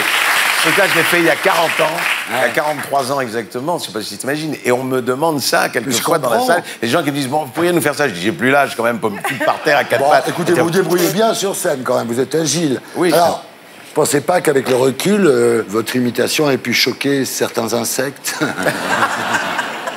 Il y a eu des plaintes. Alors, il y a un sketch qui a beaucoup choqué, évidemment, c'est l'Afrique. voilà, L'Africa, évidemment. L'Africa. Mais vous le faites, hein, sur scène. Ça, c'est une histoire que Carlos m'a racontée. C'est Elle quoi? dit, ce sont pas mes lunettes, ce sont mes narines. C'est Ouais. Carlos qui me l'avait Mais raconté. c'est terrible, ce sketch. T'as vu, il balance les morts quand il est emmerdé. Quel enculé. C'est une idée de Carlos. On regarde à quoi ça ressemble. Je suis africain. Ah mais oui. Je suis le fils de Bokassa présentement là. Et tous les blancs qui sont ici ont essayé de noircir mon père là. Dans une affaire pas très brillante. Mais je vais vous dire, je suis en France présentement pour faire mes études de président de la République. Je travaille le soir au noir. Mais t'imagines qu'à l'époque, on était invité, enfin, moi j'étais invité dans toutes les émissions pour faire ces sketchs. Et alors, ça fait un scandale. Alors, vous dites que les Noirs rient de ce sketch, alors ça tombe bien. Rico, tu en penses quoi? Écoute, Thierry, non, ça me fait pas trop rire, moi. Qu'est-ce qui te fait rire, toi? Par contre, le sketch avec les Chinois... Ah bah voilà! Ah bah voilà! J'adore! pense qu'aujourd'hui, ce serait infaisable de créer aujourd'hui ce sketch. Ah, ce serait infaisable. C'est-à-dire que le sketch, sur scène par exemple, actuellement, je fais ce qu'on appelle l'africain. Ça veut dire que je raconte l'histoire du jazz en partant de l'Afrique, vraiment, avec un personnage qui parle de cette manière-là, parce que l'Afrique, c'est ce langage-là. Et je fais une caricature de ce personnage. Mais après, ça devient le jazz. Mais bon, il n'y a jamais eu... D'abord, il faut venir voir le spectacle. Il n'y a évidemment pas une seconde l'once d'un millième de racisme. Non, puis à la fin, tous ces gens qui lèvent le bras, c'est magnifique. Évidemment. Non, mais c'est ça. Non, on vous connaît. Alors, des grosses conneries. Okay, vous êtes plus tout seul, parce que Gad Elmaleh et Kev Adams ont fait un sketch sur les Chinois. Je sais. Ils se sont fait allumer comme personne. Ridicule. Ouais, donc je veux dire, voilà, maintenant vous êtes 3. Ouais, exactement. Ici, la voix. Oui. Sachant que l'Afrique compte 1,3 milliard d'habitants, pouvez-vous nous préciser ce que vous appelez l'accent africain? Alors justement, c'est une excellente question, parce que quand je suis allé en Côte d'Ivoire faire des sketchs ou même au Cameroun, chaque fois que je sortais de scène, les Africains venaient me voir en me disant « Écoutez, nous, on n'est pas d'accord du tout, on n'aime pas du tout avec ce que vous faites, parce que ça, ce n'est pas le bon accent. Ça, c'est l'accent du Cameroun. Alors que nous, c'est la Côte d'Ivoire. Ce n'est pas pareil. » Voilà ce qu'ils disaient. Donc vraiment, en plus, c'était tellement bon enfant. Non, mais ne vous excusez pas, parce que de toute façon, vous avez dit une fois d'ailleurs, de toute façon, on fait tous partie de la race humaine. Oui. C'est un peu Miss France. Oui, peut-être. Mais c'est pas faux. Mais non, mais je le pense profondément. Juste rigolo, qui aime pas les trémolos, qui préfère le rire aux larmes. Juste un fou du roi, et le roi c'est toi, monsieur dame. Carlos. Quel salaud. Tout est parti de lui. Ouais. On a publié un livre aussi, le 8 novembre, chez Kero, qui s'appelle Le Dictionnaire de ma vie. Donc c'est classé dans l'ordre alphabétique. Vous racontez des anecdotes sur le métier et vous parlez aussi de votre vie privée. Vous parlez du divorce de vos parents, qui a été un choc terrible pour vous. Vous aviez 10 ans.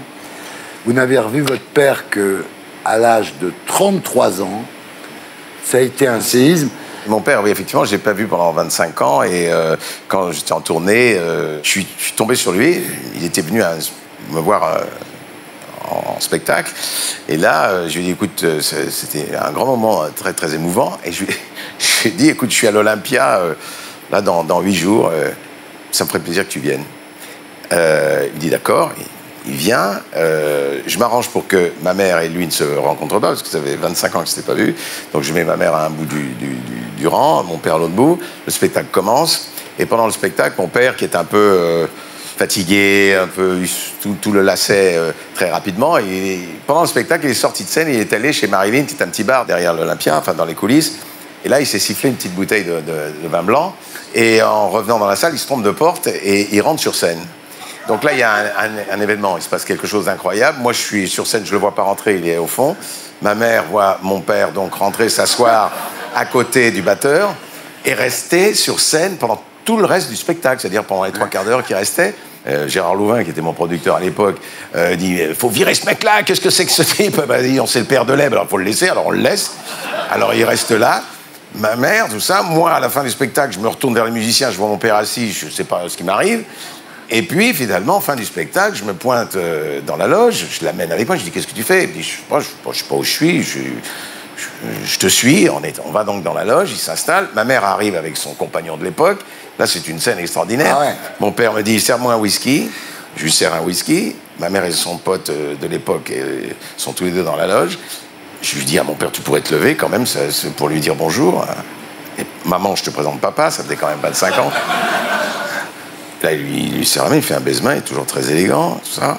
Tout le monde sort, et il dit la seule phrase qui fait mouche dans la soirée, il dit « Je comprends pas comment on puisse mettre un foulard jaune avec un blazer bleu marine. » Ah, c'est bien. Oh, c'est extraordinaire. Donc là, je dis, il y a quand même eu 25 ans de gâchis, quand même. Ouais. Votre mère vous appelait Ninuccio. Oui, parce qu'elle était italienne. Ouais. Donc Ninuccio, ça veut dire... Mafalda. Ouais, Mafalda, voilà. Depuis que votre mère est morte, c'est dur quand même, ça va...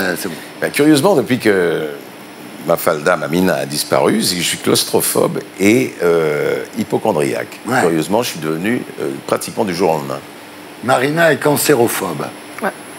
Marina, tous les jours, s'invente un nouveau cancer. Ah oui chaque début de semaine. Vous êtes hypochondriaque? Non, uniquement cancérophobe. Je me trouve un Je crois qu'elle a cancer. le cancer toutes les semaines. C'est très emmerdant, surtout pour l'entourage. C'est-à-dire que vu ce que vous avez vécu, vous étiez très attaché à votre mère, en fait. Ben, probablement, ça doit venir de ça, effectivement. Ici la voix. Oui. Thierry, je lis sur votre fiche faire pleurer Michel Leb. Non. Il faut un peu enfoncer le clou, là. Hein. Non. J'ai juste une chanson pour la maman de Michel Leb.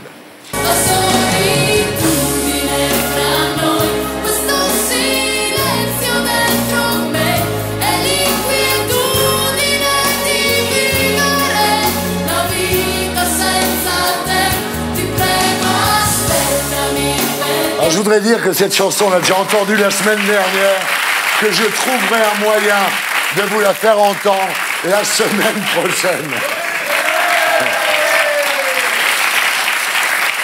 Alors, il y a un truc de fou. C'est que donc vous faites votre dictionnaire sur votre vie, et quand on arrive à la lettre X, vous parlez de Godfinger. Ah, Godfinger. Ah, Godfinger, certaines chattes n'aiment pas le mou. Ah oui, parce que j'étais à la fac de philo, il fallait que je gagne ma vie. Et un metteur en scène est venu me trouver en me disant, est-ce que tu veux tourner dans un film? Je lui ai dit, bien sûr. Et je lui dis, envoie-moi le scénario. Il me dit, il n'y a pas de scénario. On va regarder, tout le monde va pouvoir se rendre compte que c'est un film très sérieux. Maintenant, ce qu'il faut savoir, c'est que Godfinger, c'est toujours votre pseudo sur les sites de rencontres. Toutes ces années après, quand même. On regarde.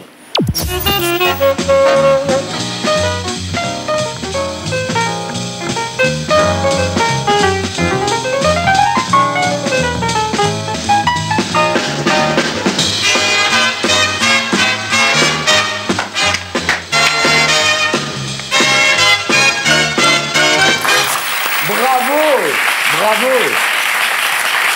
C'est énorme! Alors, donc ce que je voudrais dire quand même, c'est que tout à l'heure, après Salut les Terriens, on vous retrouve dans le Leb Show, donc c'est un prime time sur C8, avec Anne Roumanoff, Mesmer, Véronique Dicker, Michael Gregorio, Kevin et Tom, Kev et Gad. Alors ce qu'il faut dire quand même, quand je dis Kevin et Tom, ça a l'air de rien, mais Tom, c'est votre fils. Ben oui. Et voilà. C'est un miracle. Alors tout le monde croyait que vous étiez le père de Laurent Lafitte, en fait. Pas du tout. Ben non, c'est le plus connu. Hein. Ouais. Parce que, enfin, c'est-à-dire que moi j'en ai peut-être fait d'autres. Ouais. Mais je les connais moins bien. Celui-là, il vous ressemble, hein, quand même. Hein. Ouais. On va faire une interview qui a fait ses preuves. C'est une classique, en fait. C'est l'interview Alerte Rose, classique.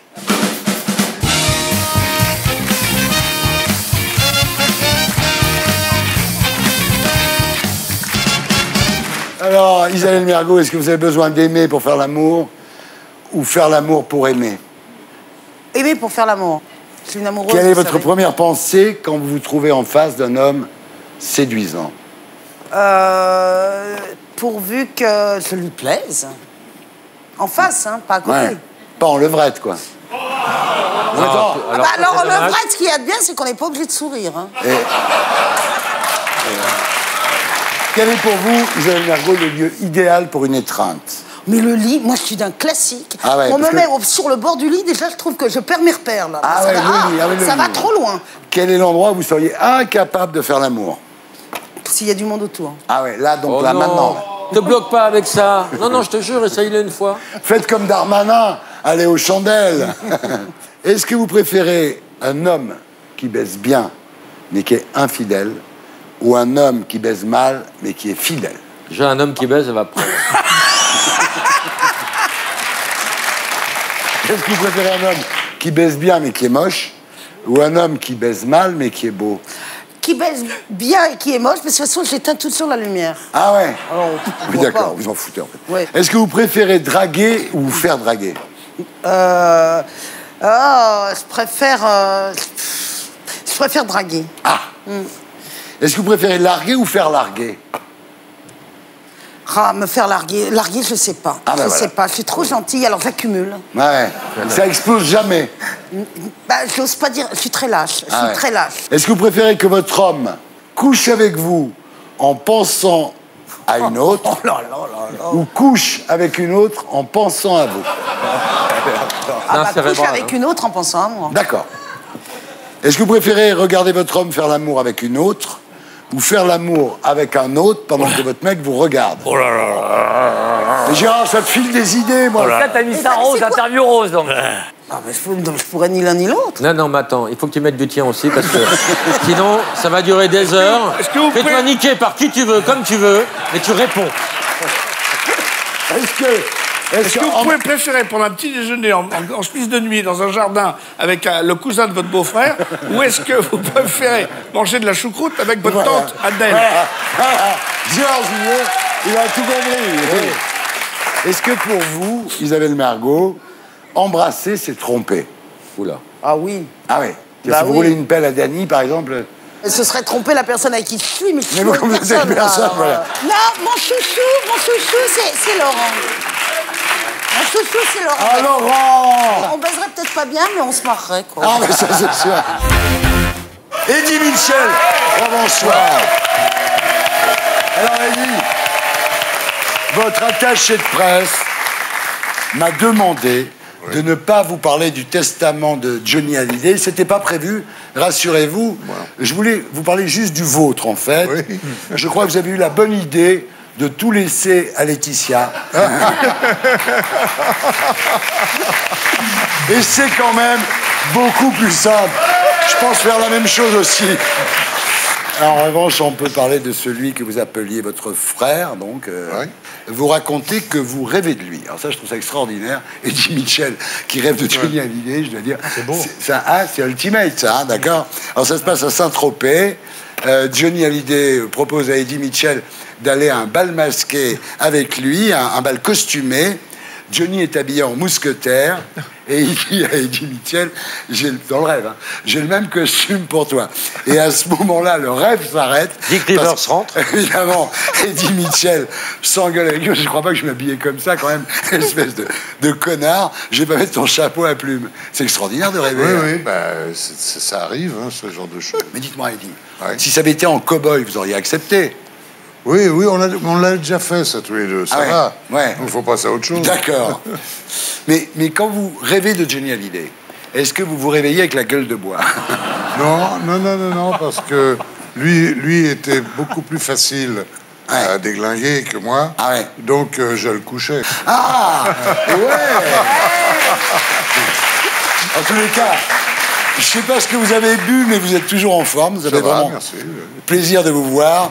Alors, vous dites la tournée Vieille Canaille a fait du bien à Johnny. Je me souviens d'une soirée formidable au restaurant à Clermont-Ferrand.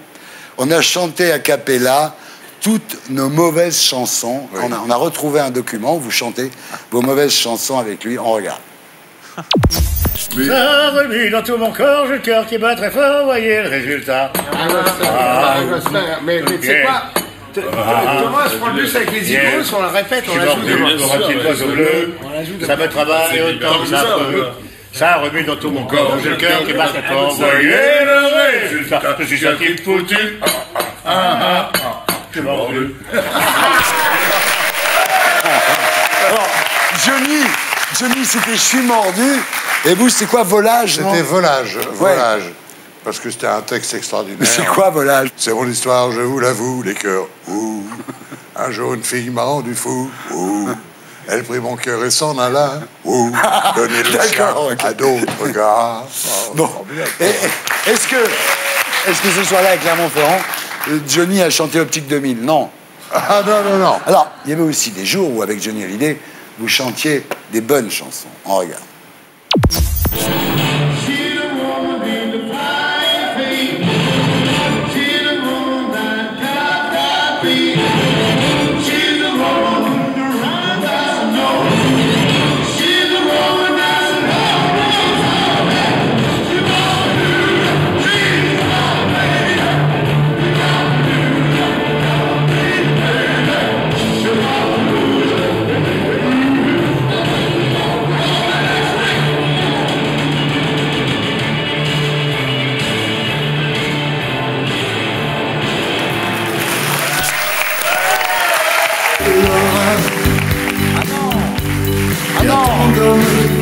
Non. On a dit qu'on n'en parlait pas. Le roi David a trouvé le chemin de mon cœur.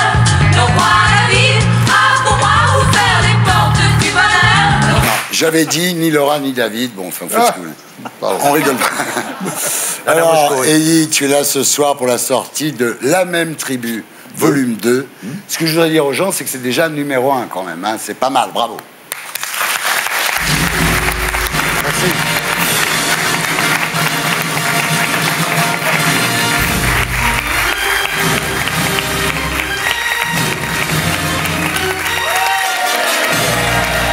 À 71 ans, le mec est numéro 1 du hit parade. Tout va bien. 76. Quoi 76. Non. Si. Extraordinaire. Non, mais Ouais, oh là là, ouais.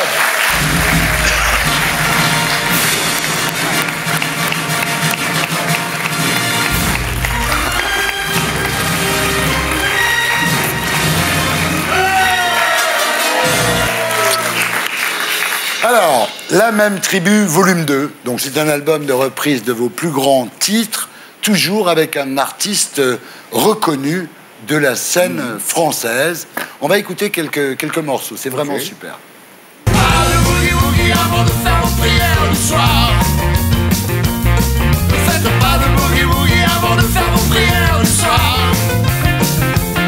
Maintenant l'amour est devenu péché mortel. Ne provoque pas notre Père l'éternel. Non, pas de boogie-woogie avant vos prières. Alors il y a ça aussi avec Maxime Le Forestier. Et vous êtes remercié. Il n'a plus d'espoir, plus d'espoir. Il ne rentre pas ce soir. Oh, oh, oh, oh. Il s'en va de bar en bar. Il n'a plus d'espoir, plus d'espoir. Il ne rentre pas ce soir. Et puis il y a Juliette Armanet, alors qui est une vraie révélation, hein, Juliette Armanet. On écoute. Elle semblait bien dans sa peau, ses yeux couleur mentalo. Cherchais du regard un spot, le Dieu projetal. Et moi je n'en pouvais plus. Bien sûr, elle ne m'a pas vu, perdu dans sa mégalo. Moi j'étais de trop. Bravo.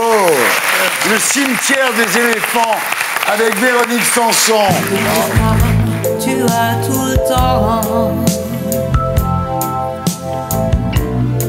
d'aller au cimetière des éléphants. Faut te garder et t'emporter. Et Rio Grande, comment vous dites?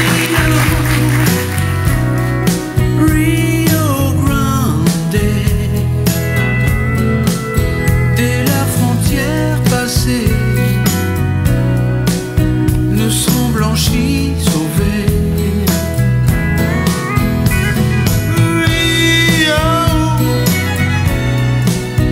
Rio Grande.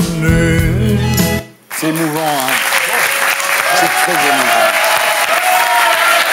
Le mec était coursier dans une banque. Coursier dans une banque. 76 ans, numéro 1 des ventes. Alors, vous avez chanté tous les titres directement en studio avec les artistes, sauf Renaud.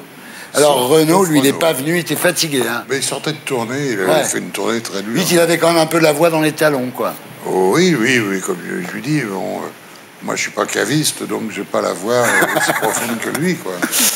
En tous les cas, Eddie, vous avez échappé à l'album Hommage, parce qu'il n'y a rien de pire que l'album Hommage. Il y en a eu un d'album Hommage, vous l'avez refusé. Vous avez dit, j'avais l'impression d'être mort. Et le résultat n'était pas satisfaisant. Patricia Cass reprenant Le cimetière des éléphants de façon très masculine, on sentait qu'elle ne comprenait pas ce qu'elle chantait. Donc vous avez viré le truc. Oui, parce que ça collait pas, quoi. L'album n'est pas sorti du tout. Non. Ouais. C'est mieux de faire ça, hein, c'est mieux. Ah, parce oui, que sinon, vous auriez eu Génération Eddie avec M. Pokora. Vous voyez à quoi vous avez échappé, quand même. Oui, ça serait grave, ça. Alors, il y a aussi un autre coffret que j'ai trouvé formidable, ça s'appelle Eddie Mitchell, acte 1, 1962-1979, l'intégrale. Voilà, c'est tous les studios, tous les lives, 23 CD, 370 titres, plus des raretés, plus des versions étrangères. Vous avez chanté en étranger, vous? C'est assez drôle.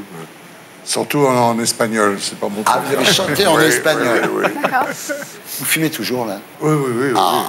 Tu vois, ça me rassure, ça, parce que moi, je fume. Le mec, il a 76 ans, il fume encore. Non, mais j'ai arrêté 4 mois, hein, quand même. C'était horrible. Ben, c'est pas ça, ça se passait pas si mal que ça, mais ma voix changeait, j'avais une voix de fluet. Donc je me suis remis à fumer, j'ai retrouvé ma voix. On va pas déconner, quand même. Mais justement, vous avez déclaré, je ne me vois pas terminer sur scène. Je prendrai ma décision en fonction de ma voix qui devient de plus en plus grave. Le jour où j'arrêterai de chanter, je regarderai tous les films que j'ai mis de côté, il y a de quoi faire. Ah oui, il y a des nanars insensés. Vous n'allez pas vous arrêter au moins? Non, bon, mais... ça va, hein. Ça va C'est formidable, arrêtez-vous pas, hein. Arrêtez-vous pas. Arrêtez-vous pas. Arrêtez-vous pas, un peu Nabila, hein. C'est le côté C8 d'Ardisson, hein. Alors, votre attaché de presse m'a demandé de vous faire une interview facile. Oui. Donc, on va faire l'interview facile.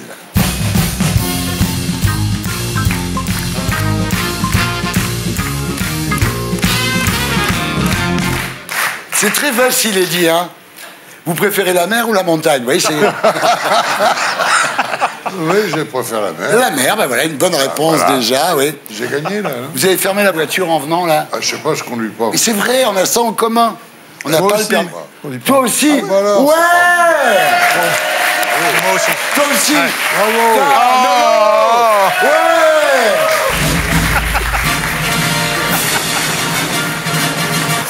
On applaudit les gens qui n'ont pas le permis maintenant. Ça devient n'importe quoi. Alors, combien de fois vous lavez les dents par jour? 3. 3 fois, très bien. Et après, tu les mets dans le verre?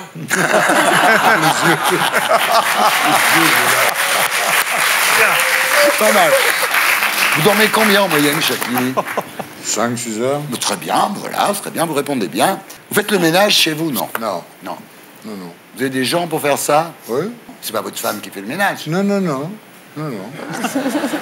C'est la femme que j'ai connue. Celle oui, oui, oui. Parce que je travaillais dans une agence de publicité. On a pris Eddie Mitchell pour une campagne pour des cigarettes, évidemment. Et la fille qui s'occupait du budget, vous l'avez épousée. Eh oui. Et vous êtes toujours avec elle. Eh oui. Eh bien, je l'embrasse. C'était ma copine. Vous avez fait rentrer du fioul pour l'hiver? Non, je suis à l'électricité. Vous êtes à l'électricité. 60 ans de carrière pour avoir une interview de merde. Ça valait la peine d'attendre. La pire interview ever. Les cheveux, vous l'avez combien de fois par semaine?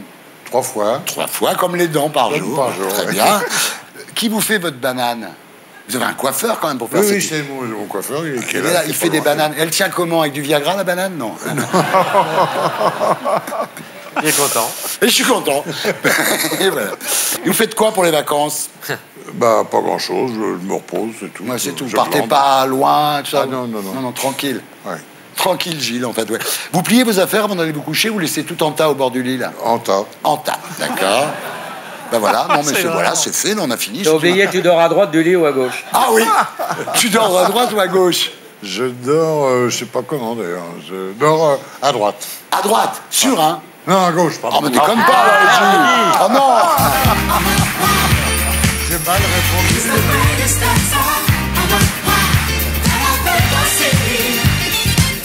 Et pour être sûr de ne rien rater de Inarditube, abonnez-vous et mettez un pouce bleu.